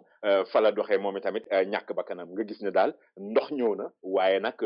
xaw naa indi fitna tuuti dañuy delloo ñaan gi nga xam ne ni moom la mag ñi daan ñaan rek yàlla na daal ndox mi buy ñëw nekk ndoxum jàmm. jërëjëf Pape te amin ci ñaan googu yàlla bu ndox mi ñëwee yàlla na indaale jàmm te loolu nga xam ne moom ñaanunu ko woon waaye ñaanoon na ndox waaye ñaanunu ko woon waaye itam de dafa mel ni ndox am na foofu ba am na ñu muy gaañ waaye itam de Ndakaaru dafa mel ni dafa ñàkkum ndox maanaam ndox mi nekk ci robinet yi jamono yi amul de. non ci lu leer parce que am na say quartier yoo xam ne yi ñoom dañoo sonn parce que nag rawatina mbir mi mu nga gën a méttee fu demee ni ki ay usine benn tali parce que foofu jigéen ñi nga xam ne ni ñoom ñoo fa dëkk ñoom tey jii xamuñu fu ñu jëm ndax ndox ñàkk na fa bari na ci ñoo xam ne nii ndox mi dootul ñëw sax ci seen kër yi mais dañuy obligé di dem ci li nga xam ne bi moom mooy robinet mbedd yi pour am fa ndox te dem ci robinet mbedd moomu diggante ay 3h 4h du matin lay doon jëm 8h après ndox mi dem yoonam alors loolu moo tax tey jii jigéen ñooñu bu ñu demee rooti problème lay doon encore parce que bu ñu rootee def ci ay barigo wala root def ci ay bidon pour ñu gàddu bidon yi pour mën a dem fi nga xam ne bi foofu la ñuy dëkk dafay nekk lu doy waar wala lu jéggi dayoo loolu moo tax léegi seen am na ci ñoo xam ne nii dañu calculer ne ndox mi li mu leen di dikkee dina toll diggante juróom benn jàpp fukki junni ak ñaar weeru jot rien que pour yóbbu ko li nga xam ne bi moom moo leen gën a metti dañu gis malgré dog-dogi ndox yi ñu nekkee ak jafe-jafe yi ñu nekkee ci wàllum ndox facture yi weer wi bi mu ñëwee dafa gën a metti jamono yi nga xam ne bi sax ñoom ndox da doon sotteeku ci seen ay robinet ba loolu moo tax nag ñuy wax naan SDE ñi nga xam ne bi ñoo yore ndox mi nañu leen dimbale nag indil leen ay leeral parce que ñoom mbir mi daf leen a xaw a ay jaaxal waa SDE nag ñoom li nga xam ne bi moom la ñu wax daal moo di ndox mi daal jàpp nañu ne rek balaa yàgg dana dellu si waat normal waaye jëm ci koppar yi mbaa facture yi gars yi laaj moom dellu si wuñ ci lu bari daal. jërëjëf Pape ko ci ndox mi loolu dafa mel ni nag réew mi jamono yi dafa am ay tar yeneen yu fi am yu dul maanaam ndoxum taw moomu ak ñàkkum ndox moom waaye itam xam nga tabaski gi mu ngi ñëw te dafa mel ni xar yi du demee na mu daan demee ba ministre bi sax defe naa am na lu mu ci wax Pape loolu nu mu demee. waaw Ousmane tabaski ji de ñu ngi koy séentu ndax daal ci ndorteel weeru octobre bi lañ ko jàpp waaye fi mu ne nii njaqare li nga xam ne bi moom la nit ñi wee moo jëm ci mbiru xar yi ndax xam nga li ñuy wax naan ay du weesu bàyyi dee na sàq ma lakk ma mooy li nga xam ne ni daal moo daal nit ñi ndax xam nga wopp Ebola ji dafa ànd ak ñu tëj ay frontières te frontières yooyu nga xam ne ni dañu ko tëj boole ci encore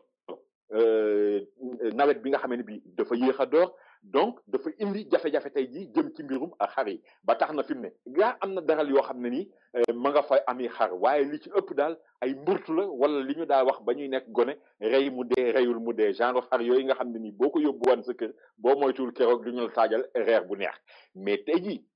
dañu dem ba toll foo xam ne bi dañuy wax naan est-ce que nag sax xaar yooyu dana doy nit ñi parce que ki nga xam ne bii mooy Aminata Mbengue Ndiaye jëwriñ ji nga xam ne ni moom la ñu dénk mbirum jur gi ci suñu réew moom mi ngi wax naan da ngay xool rek tey jii fu demee ni ki Dakar daaw ci tabaski daaw ji lu toll ci 720 000 xar la ñu fi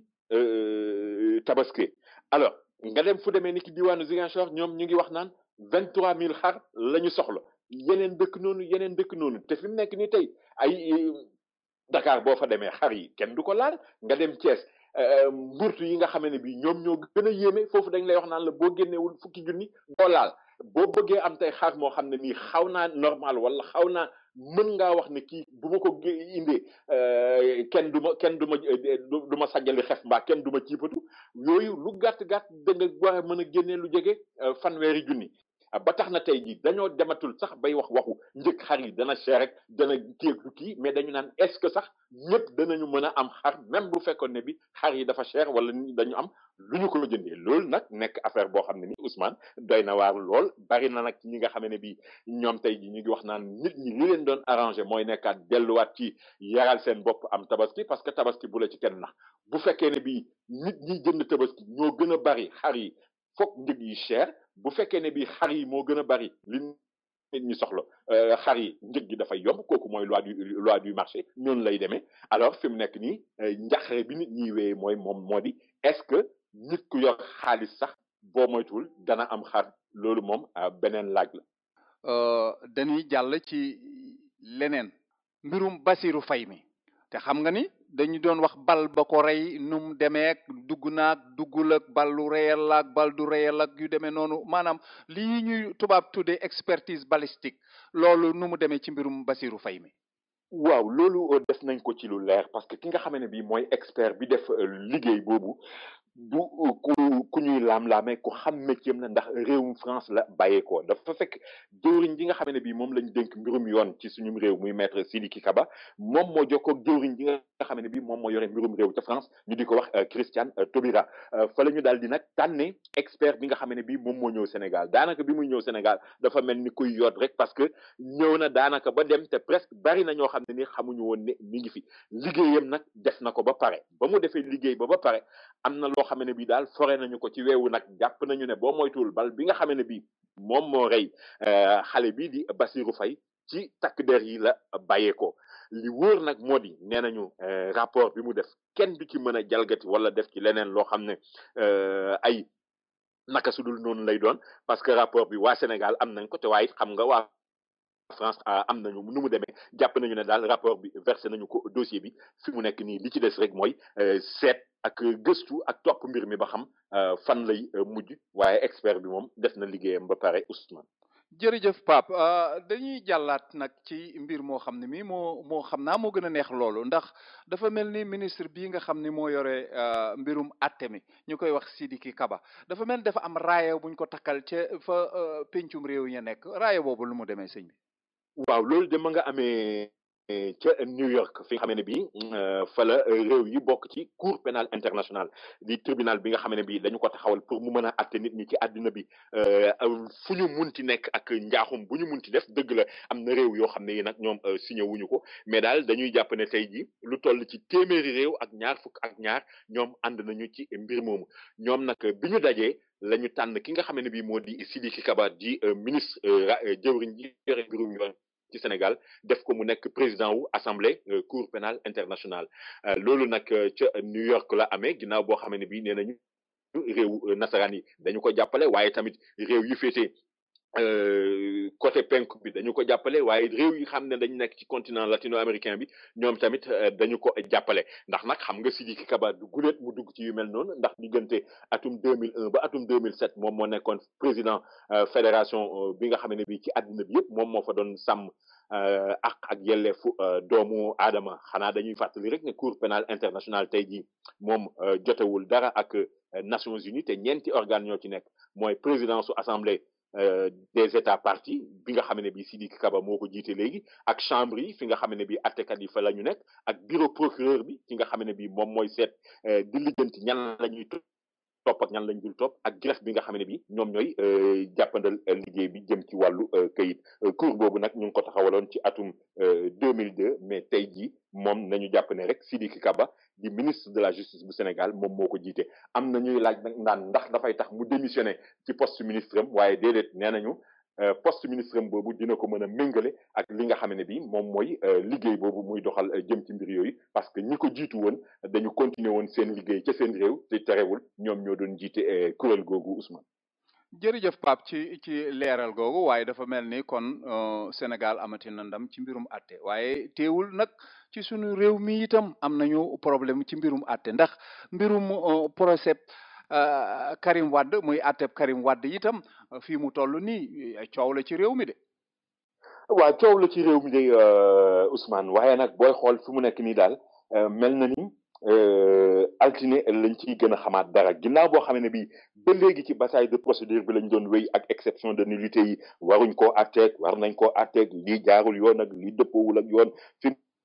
ne nii avocat yi dañoo wax a wax ba ne gërëgéex ni ko mag ñi di waxee léegi nag ñi nga xam ne bii sax ñooy procureur bi Aliou Ndao wala avocat yi layal nguur gi ñoom dañu indi sax doxalin bu yees dañu ne ceel rek dañoo bëgg a bàyyi avocat yi nga xam ne bii ñoom ñooy layal Karim ñu indi xeetu exception nullité yi nga xam ne bii am nañu ko yëpp bu ko defee ñu jël yëpp nag jébbal tribunal bi nga xam ne bii mooy lijjanti mbir moom bu ko defee nag tribunal bi tontu leen ci loolu tey jii booy xool génnee nañu lu toll ci fukki exception ak juróom-ñaar loolu nag moom la ñu wax ne ci le tribunal bi di tontu altine ji nga xam ne bi moom la ñu dëgmal bu ko defee nag du ñàkk ñu mën a jàll ci li nga xam ne bi mooy acte bi dëgg-dëgg Karim li ñu koy tuumaal am na wala amul Ousmane. waaw foofu nag dana fa taxaw tuuti ndax da nga am loo xam ne ni ñu ngi koy wax ci tubaab lu baree ci réew mi maanaam ci mbirum atte moom exception moom mooy lan sëñ Pape. waaw exception daal booy xool xam nga ci wàllu droit dafa am loo xam ne ni dañuy wax naan lii bu fekkee ne mbir mi nii ak nii la tëddee waruñ ko mën a atte nii ak nii wala tribunal bi waru ko mën a atte neneen moo ko war a atte wala lii nga xam ne bii moom la ñuy topp kii dafa ci am loo xam ne nii dëppoowul ak yoon nañu ko doxalee woon jaarul yoon donc procédure bi dañu ko war a bàyyi dem na bay wax ba ñuy wax sax naan ci yu mel noonu ay enquête yoo xam ne nii boo am na loo xam ne nii bu fekkee ne ci biir enquête bi dañu ko ci def wala dañ ko waroon def te defuñu ko ci loolu dafay tax procédure bi dafay daal di niil yu mel noonu nag moom la ñi nga xam ne bi ñooy avocat yi génne layal Karim Wade di jéem a génne yu mel noonu loolu yëpp liñ ci jublu mooy musal daal ki nga xam ne bi moom la ñuy layal muy Karim mais tax na sax am nañu jotoo wala juyante ak ki nga xam ne bi mos na fi nekk bâtonnier des avocats bu réew mi ñu di ko wax maître Yérim Thiam tax na sax digganteem ak avocat yi layal Karim neexatul lool parce que jot nañ fi weccoo ay kàddu ba ancien bâtonnier bi di Yérim Thiam di leen wax naan ñoom dañuy jéem a langaamu ci bànqaas waaye bànqaas bi ñuy langaamu dafa fekk ne max dugg na ko lool ba fi mu nekk nii daal dëgërul lool loo ci mën a dégg daal comme jàpp nañu ne altine mu leer Ousmane dana leer altine incha allah. jërëjëf Pape kon xam naa ni ñuy def rek mooy dañuy jéem a delluwaat am ay yëgle yu nu yëgle dellu siwaat ci mbir mi. dawal te ñëw Ousmane ñu rëppatal nag. waaw. American Language Center mi nga xam ne moo leen di jàngal anglais moo leen di xamal ne ku nekk ci réew boo bëggee sa dëkk neex fa da nga war a wax làkk wa ñu fay wax moo tax mu ne leen bu ngeen bëggee jàng anglais ñëw leen seet si ko mi ngi ci locom yu bees yi 229 West 36th Street ci third floor bi ci diggante 7th ak 8th Avenue jege lool Penn Station fanweeri at ak juróom a ngi nii ñuy jàng anglais te jàngalekat yi gën a aay ci dëkk bi ñoom la ñu fa dajale bu fekkee ne da ngay door a tàmbali wala nga bëgg a bënnal sam njàng itam foofa nga war a dem te la ngay fay tuuti na lool moo gën a yombale ci dëkk bi yéen ñi dëkk Queens itam dem leen ci Jackson Heights ci 75-01 Broadway bu ngeen demee fekk fa American Language Center bu ngeen ci bëggee xam lu gën a leer woote leen ci 1-800 English 1-800-364-5474 1-800-364-5474 bu ngeen wootee laajte André. yéen ñi ko xamagul bàyyil ma yëgal leen xew-xew bu neex Cross Culture Kitchen mooy restaurant bi nga xam ne xamoon ngeen ko ci tur Salimata restaurant boobu Cross Culture Kitchen mi ngi nekk ci 62 East 116th Street bu añ jotee bu ngeen demee fekk fa xeetu ceeb yépp ceebu yàpp ceebu jën yaasa maafe ginaar cassava light tomato soup loolu yépp bu ngeen demee da ngeen ko fekk ci añ fekkaat fa yeneen yu gën a tee bari bu reer bi jotee rice soup fognon couscous dibi méchoui attiéké grilled lamb chop brochette fried fish pentade shawarma neem fataya ak yeneen yu bari lool bu 5 heures jotee rek bu ngeen bëggee reer man ngeen a dem ci Cross Cultural Kitchen mi ngi nekk 62 East 116th Street téléphone 212-860-3900 free delivery la bu fekkee jënd nga lu mat $10. BHS bu New York li mu leen digoon ne dana leen gën a jege si fu ngeen mën a nekk ci Amérique tàmbali na di ko def directeur am Abdoul Aziz Sy ci Amérique yépp mi ngi leen di xamal ne Philadelphia adresse bi ngi nekk 535 South 52nd Street téléphone 215-863-8002 215-863-8002 Baltimore mi ngi nekk ci 5814 York Road 5814 York Road téléphone 410-387-2276 410-387-2276 2276 Montréal itam adresse bi mi ngi nekk ci 95 Jean Talon Est 95 Jean Talon Est téléphone 514 419 81 22 419 81 22. képp ku yor driver license bu TLC te bëggoon dawal limousine déglul ma wax la yóbbante bu rëy bu jóge ci Bayla Keneme boo amee sa license bu sa crédit baaxeek bu baaxul yépp demal seeti Bayla Keneme dana la mën a jox Mercedes bu bees teq Lincoln Town Car wala Cadillac SUV wala hybrid cars boo ci mënti soxla da nga ci mën a jot mu yomb lool amul check crédit amul dara kon nag bu fekkee ne da ngeen a bëggoon dawal ci limousine yi te xamu leen fu ngeen di dem ndax crédit bu baaxul wala xamu leen nu ngeen di def dem leen seeti Bayla Keneme woo leen ko 888 717 8181 888 717 8181 888 717 81 81 Bayla Keneme nee na ngeen ñëw mu jox leen ci oto yu rafet yi te bees tàq ngeen dawal limousine ni ngeen ko bëggee bu ngeen amee seen TLC loolu rek doy na. kaay déglu leen ma wax leen lu neex a neex képp koo xam ne da nga doon wax ne bëgg naa lekk ci restaurant africain nag waaye dama bëgg mu moderne ne restaurant yi nga xam ne moom la yeneen réew yu mag yépp di am fii ci New York fii ci diggu Harlem Jay restaurant kër Asta Maram Jay restaurant chez Asta Maram bépp ñam woo xam ne da ngeen koy lekk ci restaurant yi africain yi waaye bu ngeen ñëwee da ngeen fekk place ba mu moderne goo xam ne dafa dem ba sax waañ wa dafay ubbeeku boo nekkee ca salle ba di lekk da ngay seen waañ wa mu dal sa xel xam ne fii moom lu set wecc lu moderne loo xam ne Rousseau fa yóbbu kenn moom la Jay restaurant kër Asta Maram 2479 8th Avenue ci diggante 132nd ak 133rd téléphone 212 861 food 212 861 36 63 212 861 3663. waaw jërëjëf Pape dellu si waat nañu dafa mel ni ci loolu ñu doon wax sànq ci mbirum procès Karim Wade bi ñu ngi koy wax waaye dafa mel ni procès bi kon ndeke tàmbaleegul ndax fii mu nekk dafa mel ni kon avocat yi ñooy lay war naa am warta am kon daal xam naa ni leeral nga loolu ci mbirum li ñuy wax exception waaye nag dañuy jàll ci loolu dafa mel ni rakk ja si njéeli dafa mel ni moom dafa amee woonub xaalis dafa remboursé dafa dellowaat dafa nangam dafa mel ni moom itam bokk na ci yëf yi de. waaw xam nga loolu fan yële ñu génn ñu ngi ci doon dellu si sax ginnaaw bi nga xam ne bi Arona Diouf Coumba Ndoffène di bokk ci ñiy xelal Macky Sall conseiller la waxoon na ko fi mais fi mu nekk nii am nañ ci lu gën a leer jot nañu xam ne daal Sindiély jot naa delloo lu toll ci ñeenti téeméeri millions ci suñuy koppar ndax xam nga Sindiély moom la ñu dénkoon FESMAN di festival mondial des arts nègres bañ fi doon doxal ñu ne nag booba dafa am ci xaalis bi loo xam ne nii dañu ko def ko ci luubaloon alors loolu nag temps yële ñu ngi doon wax naan mais Sindiély lu tax kenn topp ko dugg na fii génn na fii waaye daal bi nga xamee ne bii rapportu inspection générale d'État fësaloon na lu ni mel ndekke nee ñu daal Sindiély dafa daal di jaar te suuf moom daal di delloo li nga xamee ne bii moom la ñu ko doon toppee ndax loolu yëpp bañ a dem kaso kon ñu jàpp ne looloo ko donte nag ki nga xam ne bi moom mooy papa muy Abdoulaye Wade moom daal fi nekk ni temps yi mer na ba fut ndax xam nga temps yële bëggoon na def benn manifestation place de l'Obélisque ñaar fukki fan ak ñett ci weer wi ñu nekk préfet bi tere ko loolu tax nag tey jii ñu ne dañuy dugg goxi Dakar yi fu nekk ñu jëm fa taxawal benn comité pour la défense de la République parce que ñoom jàpp nañu ne daal yëf yi ni muy doxee wala ni ko Macky di doxalee jaarul yoon ba tax na tey jii Mamadou Diop Decroix la ñu tànn pour mu taxawal cellule yooyu ndax jàpp nañu ne daal ki nga xam ne bii moo di Wade moom nee na boo moytuwul fileeki fan nag dana woon gaa yi mooy kan. jërëjëf sëñ Pape waaye dafa mel ni coowul xaalis bi daal wallaay dakkagul de ndax Ablaye Balde it dafa mel ni moom fi mu toll nii dañ ko teg loxo. lu mu demee loolu coowal xaalis bi bés bu jot ñu dégg ci lu bees mais Ablaye Balde moom mën nañ wax ne sant na yàlla wala boog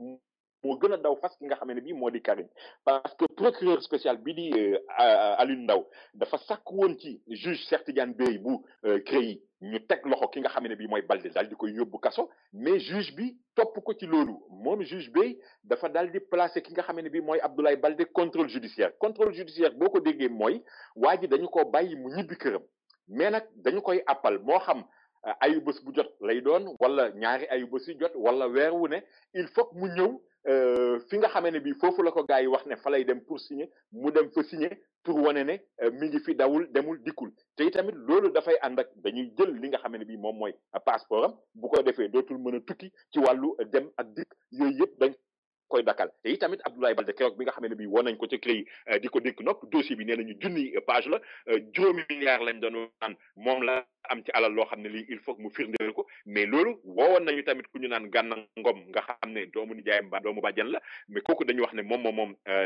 Delgas assainissement loolu nee nañu société boobu toll na ci milliards mais Ami Gassama mi nga xamee ne bii mooy soxnaam woowoon nañu ko aussi pour dem mu indi ay leeral parce que Ami Gassama mooy soxna ki nga xam ne bii mooy Abdoulaye Baldé mais ñoom bi ñuy sëy dañu wax ne séparation de biens la ñuy def maanaam daal ku nekk li nga xam ne bii yaa ko moomoon laataa ñoom ñaar ñuy sëy ku nekk li nga moomoon da nga koy ber tege ko ne yow yaay continuer di ko moom loolu yëpp nag c'était pour am ay leeral jëm ci mbir yooyu Ousmane. jërëjëf kon xam nga mbirum Ablaye Baldé moomu leer na kon léegi waaye itam yëf yi dafa mel ni jeexagul ndax ku ñuy wax ku mel ni Serigne Cheikh Saliou Mbacké dafa mel ni seeti woon na Samuel Sarr ba itam dégg naa sax ñuy wax ni mu ngi lijjantinu Samuel Sarr di génne ndax loolu am wér na ndax xam nga ne ñu Samuel Sarr taalibeem la te Samuel a ngi ci kaso bi caabi féetee na ko bitti tey jii dem ak ndik mënu ci lu bari mais nag Serigne Cheikh Saliou dem na seeti ko waxtaan ak moom te tamit dégg nañu ne daal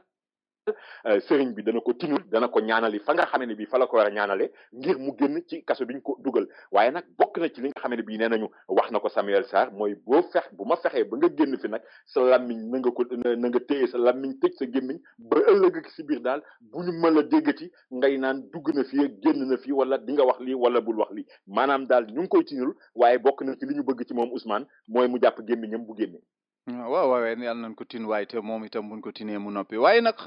léegi day Pape dafa mel ni dañuy génn ci yooyu yëpp duggaat ci yenn yoo xam ne yi moom itam xew na ci réew mi ndax xam nga ni kooku nga xam ne takk der la woon ñu koy wax Ibrahima Dieng dafa mel ni moom itam de amoon na ak yoon wi loo xam ne lii ay demal ak dikkal ak yu demee noonu la woon. waaw Ibrahima Dieng alkaati la bu ñu ràññee woon lool ci OCRTIS di kuréelu police bi nga xam ne bi moom mooy toppatoo mbiru drogue bi moom dañu ko jàppoon nag ginnaaw boo xam ne bii dañu ne daal affaire drogue yooyu def doon jël di ko xaas ni ko xale yi waxee di am lu mu ciy jaay ak yu ñu mel ba loolu moo tax sax ñu jàppoon ko placé ko mandat dépôt moom ak beneen soxna bu ñuy wax Léemu Touré Gaye di yaay ci ki ñu naan Awa Thiam te Awa Thiam moomu ñu wax ne mook Ibrahima Dieng ñoo doon liggéeyandoo loxo ci loxo juge bi nag commencé na audition au fond yi maanaam mi ngi leen di déglu ci dossier bi ni mu demee dëgg-dëgg déglu nañ ki nga xam ne bii moo di Léemu Touré di yaayi Awa Thiam moom Awa Thiam moo ciy topp buñ ca jógee nag jeexal ci dëkk nopp yi ak ki nga xam ne bii moom mooy Ibrahima Dieng di ndeyu mbill gi moom mi nga xam ne bii moom la ñu gën a tuumaal dëgg-dëgg du ñàkk ci fan yi ñëw bu ñu jógee ci loolu nag ci la ñuy jublu ci mbirum atte wala déet. beneen a ngi itam de ci kawteef yi dafa mel ni benn jàkka ju nekk ca Point E dafa mel ni dafa am gaañu fa dugg de ñooñu sant Cissé dafa mel ni dugg nañ fa am luñ fa luubal de. waaw kii moom li wóor mooy jaamu yàlla taxu koy dem ci jàkka ndax nag moom ba mu duggee ca jàkka ja kees yi nga xam ne nii fa lañ moom la ñuy def ci jàkka ja te kees yi toll ci juróom-ñett ñu koy def foofu rek xam nga ñiy julli si ci jàkka ji léeg-léeg ñu lem biir dugal ci mbaa ñu jël dara sànni ci moom la ñu wax ne daal juróom-ñetti kees yooyu nga xam ne bu ci nekk dañu ko casté woon ci benn pilier juróom-ñetti kees yooyu la dajj li nga xam ne bi moo di kànnaar yañ ca defoon dal di yóbbu te itamit nee nañu la ñu yóbbu nag war naa jege lu toll ci téeméeri junneeg ñeent fukk maanaam 700 000 xam nga loolu dafa bari te tamit duggule ci jàkkay Point E jooju ndax bi yoon mooy ñetteelu yoon ñu di fa sàcc nag ñi nga xam ne bi ñoo def loolu wax dëgg yàlla war nañoo mën dellu si seenum xel nag xam ne jàkk moom ku fay dugg di sàcc bu dee ku gëm nga it de xam naa ne sa gëm demeewul noonu Ousmane. loolu daal xanaa mooy li gaa ñuy wax rek ñi gàmmoog ñi raas déem daal bokkuñu daal dëgg kenn ngi ni itam day sëñ Pape koo xam ne kii itam doy na waar dafa mel ni soxna sii day moom da daan muuru ba nit ñi jàpp ni moom day muuru waaye dafa mel ni moom day tànk bi dugal na ko foo xam ne fii waru koo dugal ëmbal nañ ko de. waaw soxna si moom ab ibaadu la ni ñu koy waxee moom xam nga ibaadu yi nag dañu naan gëm yàlla ak bëgg taxawal diine moo tax ñuy sellal boobu nag tax ñuy muuru ak it di sol lu kifin waaye moom nekkee li muy nekk ci muuru googu yëpp am na tenn suwaayam soo xam ne si daal léeg-léeg ñu gisee rek bu ñu gisee daal di nekk ci naka su dul noonu maanaam daal xam naa ne moom ñàkkul kumba si dafa woyofoon lool dafa am loo xam ne ni nag boo koy def war ngaa calculer lu ci mën a fekk la ko ci mën a fekk nag wala la ko ci mujj fekk mooy da cee jëlee ëmb ba mu ca jëlee ëmb nag comme dafa doon muuru ak di sol seen yooyu nga xam ne nii dafay yaatu ëmb bi feeñul ba ci ak guddi daal fan yi ñu génn ci la ko mat yee mu lijjanti daal ba wusin ba mu muccee nag dafa jël doom ji reyu ko naam dugalu ko it ci foos da ko laxas ba mu jekki rek dem ci koñ bi ci seen buntu kër benn dëkkandoo dal di ko fay teg dëkkandoo bi nag ba mu jékkee-jékki dégg liir buy jooy mu génn bi mu génnee ci la gis ñu daal di laxas xale bi noonu mu jël ko nag yóbbu fi nga xam ne bi moo di hôpital ba mu ko yóbbu hôpital ñooñu jël ko di ko toppatoo yëgal police mbir mi police nag ci seen biir enquête ba ñu doon def daal ci la ñu dem ba mujj ne xale bi teer ba ñu ko jàppee nag woo ay mbokkam laaj leen ñoom xamuñu woon ne dafa ëmboon fi mu nekk ni nag tey ma nga ca kasob kees ba kasob 10e fi mu ne xam naa di toog nag di xalaat ci li nga xam ne bi moom moo ko dal Ousmane. waaw jërëjëf Pape loolu de moom kawteef la loolu de xam naa dafa mel ni sax loolu la ñu tëjee mbir mi xanaa nga tàggu mbokk yi te ñu sant la gërëm la ci leeral bi nga xam ne moom nga dikke di leen gërëm da leen sant Ousmane te di leen jox daje incha allah beneen ajjuma jërëjëf.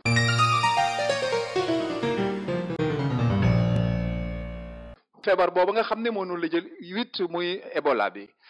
ci kanam tuuti da ngeen déglu ministre bi waxtaan ci. dama bëggoon ni ma ko doon def ci weer yeeg fan yi nga xam ni dañ doon waxtaan ak presse bi ak public bi di waxtaan ak ñoom ci mbirum Ebola. Ebola nag dafa nekk feebar boo xam ne ñëpp xam nañ ko dafa law ci Afrique de l'Ouest waaye yàlla def na Sénégal ba tey muccoon na ndax tey dafa am lu bees loo xam ne dañ koo bëgg bokk ak yéen. li xew mooy ne dafa am ci ñaari fan yi ñu jóge ñi nga xam ne dañuy toppatoo mbirum Ebola ci Guinée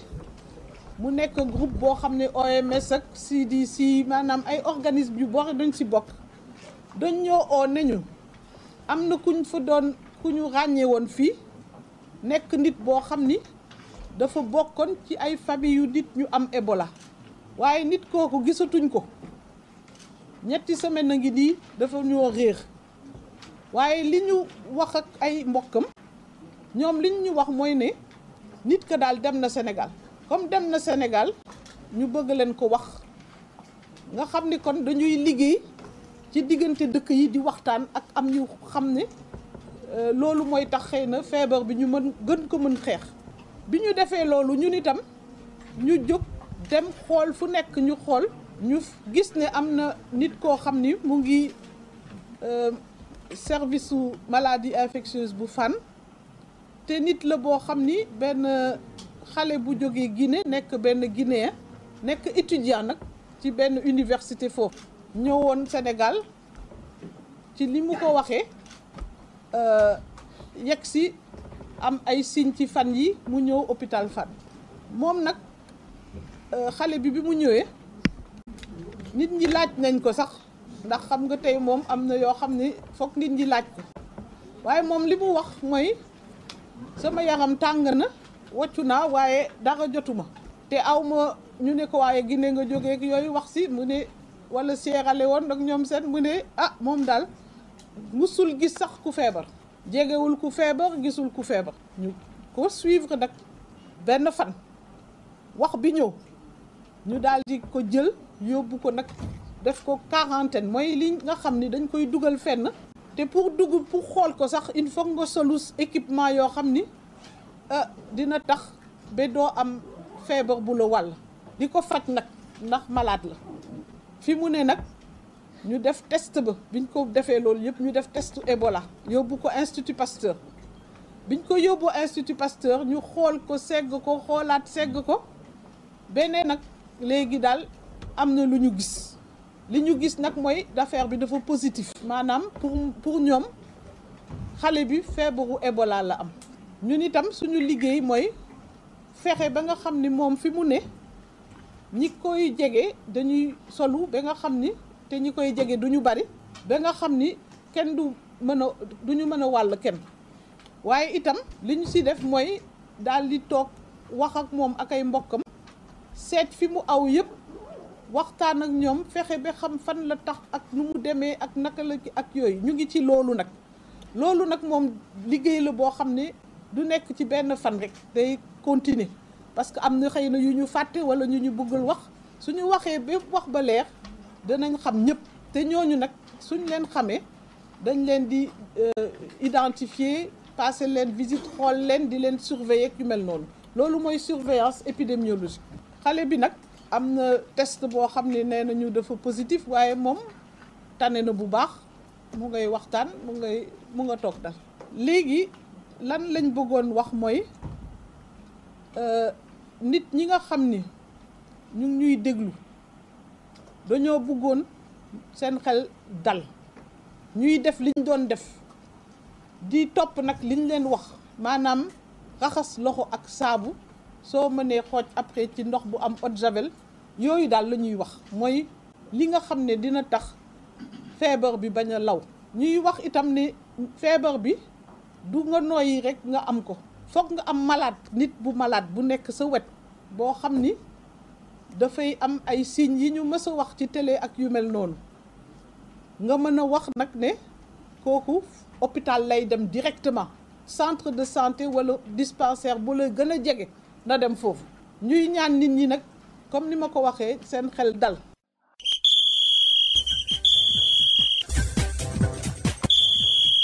Malick Ndiaye ñu ngi lay nuyu tey de xam naa ci sport bi ak nu mu demee mbirum football bi.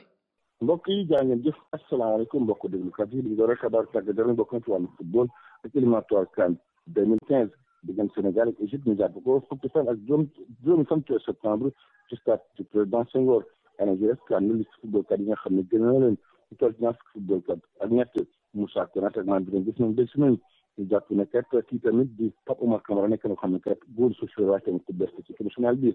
ñu jàpp ne yenn kat yi ku ci mel Demba Ba Moussa Sow ak tamit Dame Doye ñoom confirmé nañ leen ci liste boobu noonu Bakar sax ak Baye Amane Niass ñoom ñu leen jàppee ci liste boobu gars yi war a doon seen regroupement le 31 août bi ñu nekk ni ca Saly lay doon gëna doon sama bu njëkk dina ko am ci stade de Wade bu Saly am na sax open press boo xam ne amal nag àllarba ak séance boo xam ne dañ ko def ci ligue bi benn séance rek dañuy ubbi ci ligue Sénégal mu nekk àllarba ñetti fan ci septembre ca Saly Portugal liste boobu nga xam ne ci des on convoqué na ko nag maanaam nekkul ñëpp ci ànd yenn ancien joueur ak tamit yenn entraîneur bi ñoom xamuñ lu tax GSCO owul kii di Diafara Sakho ak tamit Baye Oumar Niass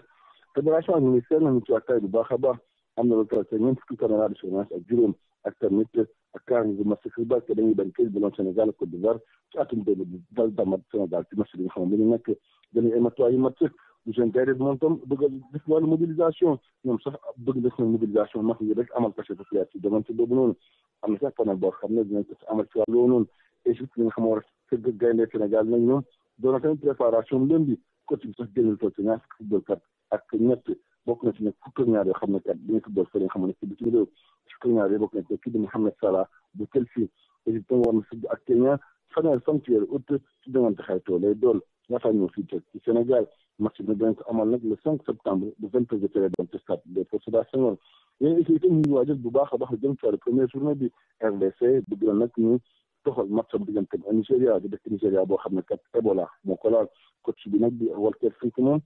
bu Cameroun moom fawul kii di Samuel Eto'o ñu ngi jàpp ne Eto'o moom sax xam ne kat dafay arrêté carrière internationale am Eto'o moom gagné na ñaari CAN ak tamit benn Jeux olympiques coach bu bees bu ko defar tamit Hervé Renard fawul kii di Kolo Touré ak tamit David Zakora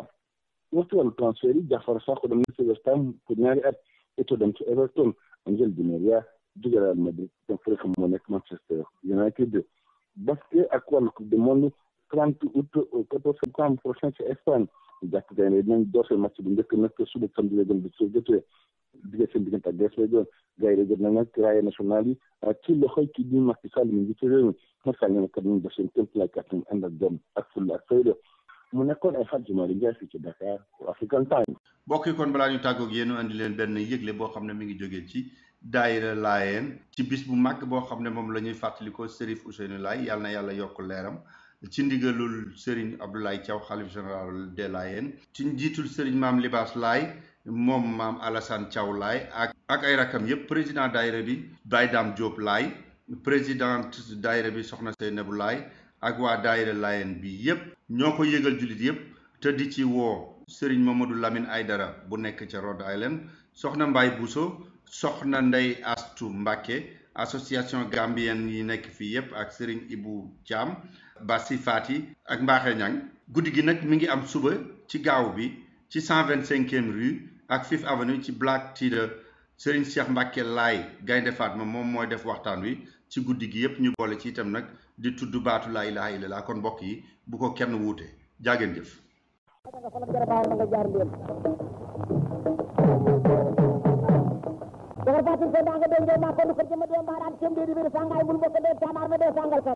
sëñ Xaadim Samb nuyu nañ la di lay wax dalal jàmm tey ci mbirum bëre bi waaw moom noo koy def da nga koy caxabal wala da nga koy nooju wala nooy def sëñ Xaadim ñu ngi lay gërëm bu baax di la sant di nuyu képp koo xam ne auditeur u African Time nga foofu ci États-Unis Amérique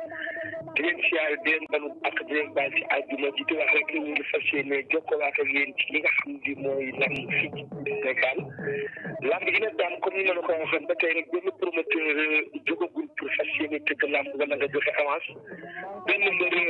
jotul avance bërki di mën a ki nga xam ne mooy Balla Gaye numéro 2 moom ci boppam ñëw na fi nga xam ne mooy RTS ndax ki nga xam ne mooy directeur général RTS ak mu nekk daf koy recevoir ngir buy waajal caravane bi nga xam ne moom la ñuy def jamono ju nekk ci Casamance muy caravane de la paix ndax xam nga ne Balla Gaye cosaanam Casamance la te mu am ci bu rëy boo xam ne ñetti at yi saa bu daanee mbaa mu daanu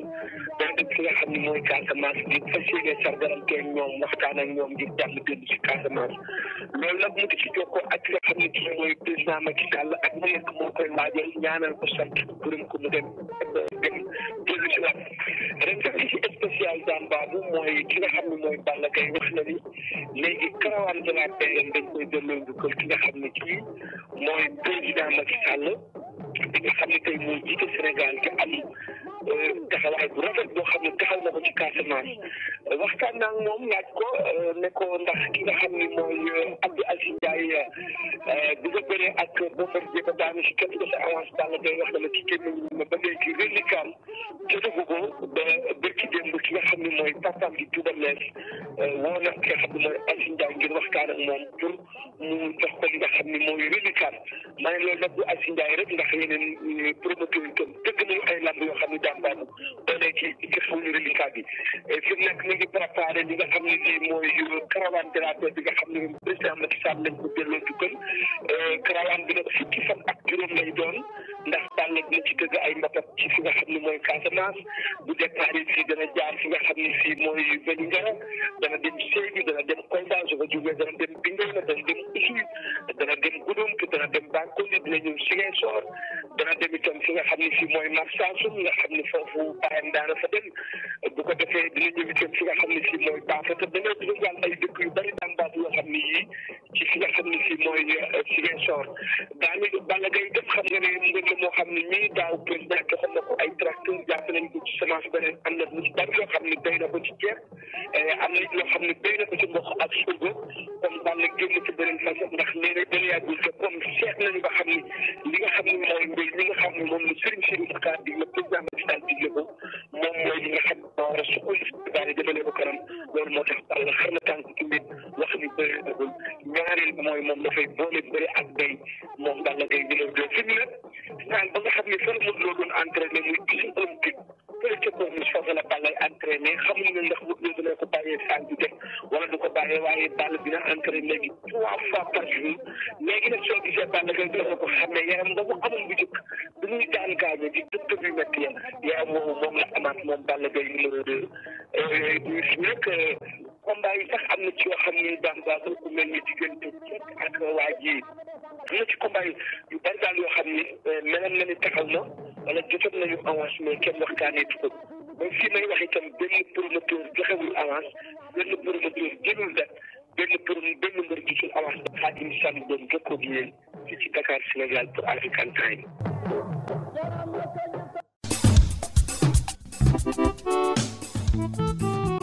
mbokk yi ñu ngi leen di nuyu di leen sant di leen gërëm di leen tàggu di leen ñaanal jàmm di sàkku ci yéen ngeen ñaanal nu jàmm di leen wax jàmm ak jàmm ba àjjuma ak jàmm joorowal jàmm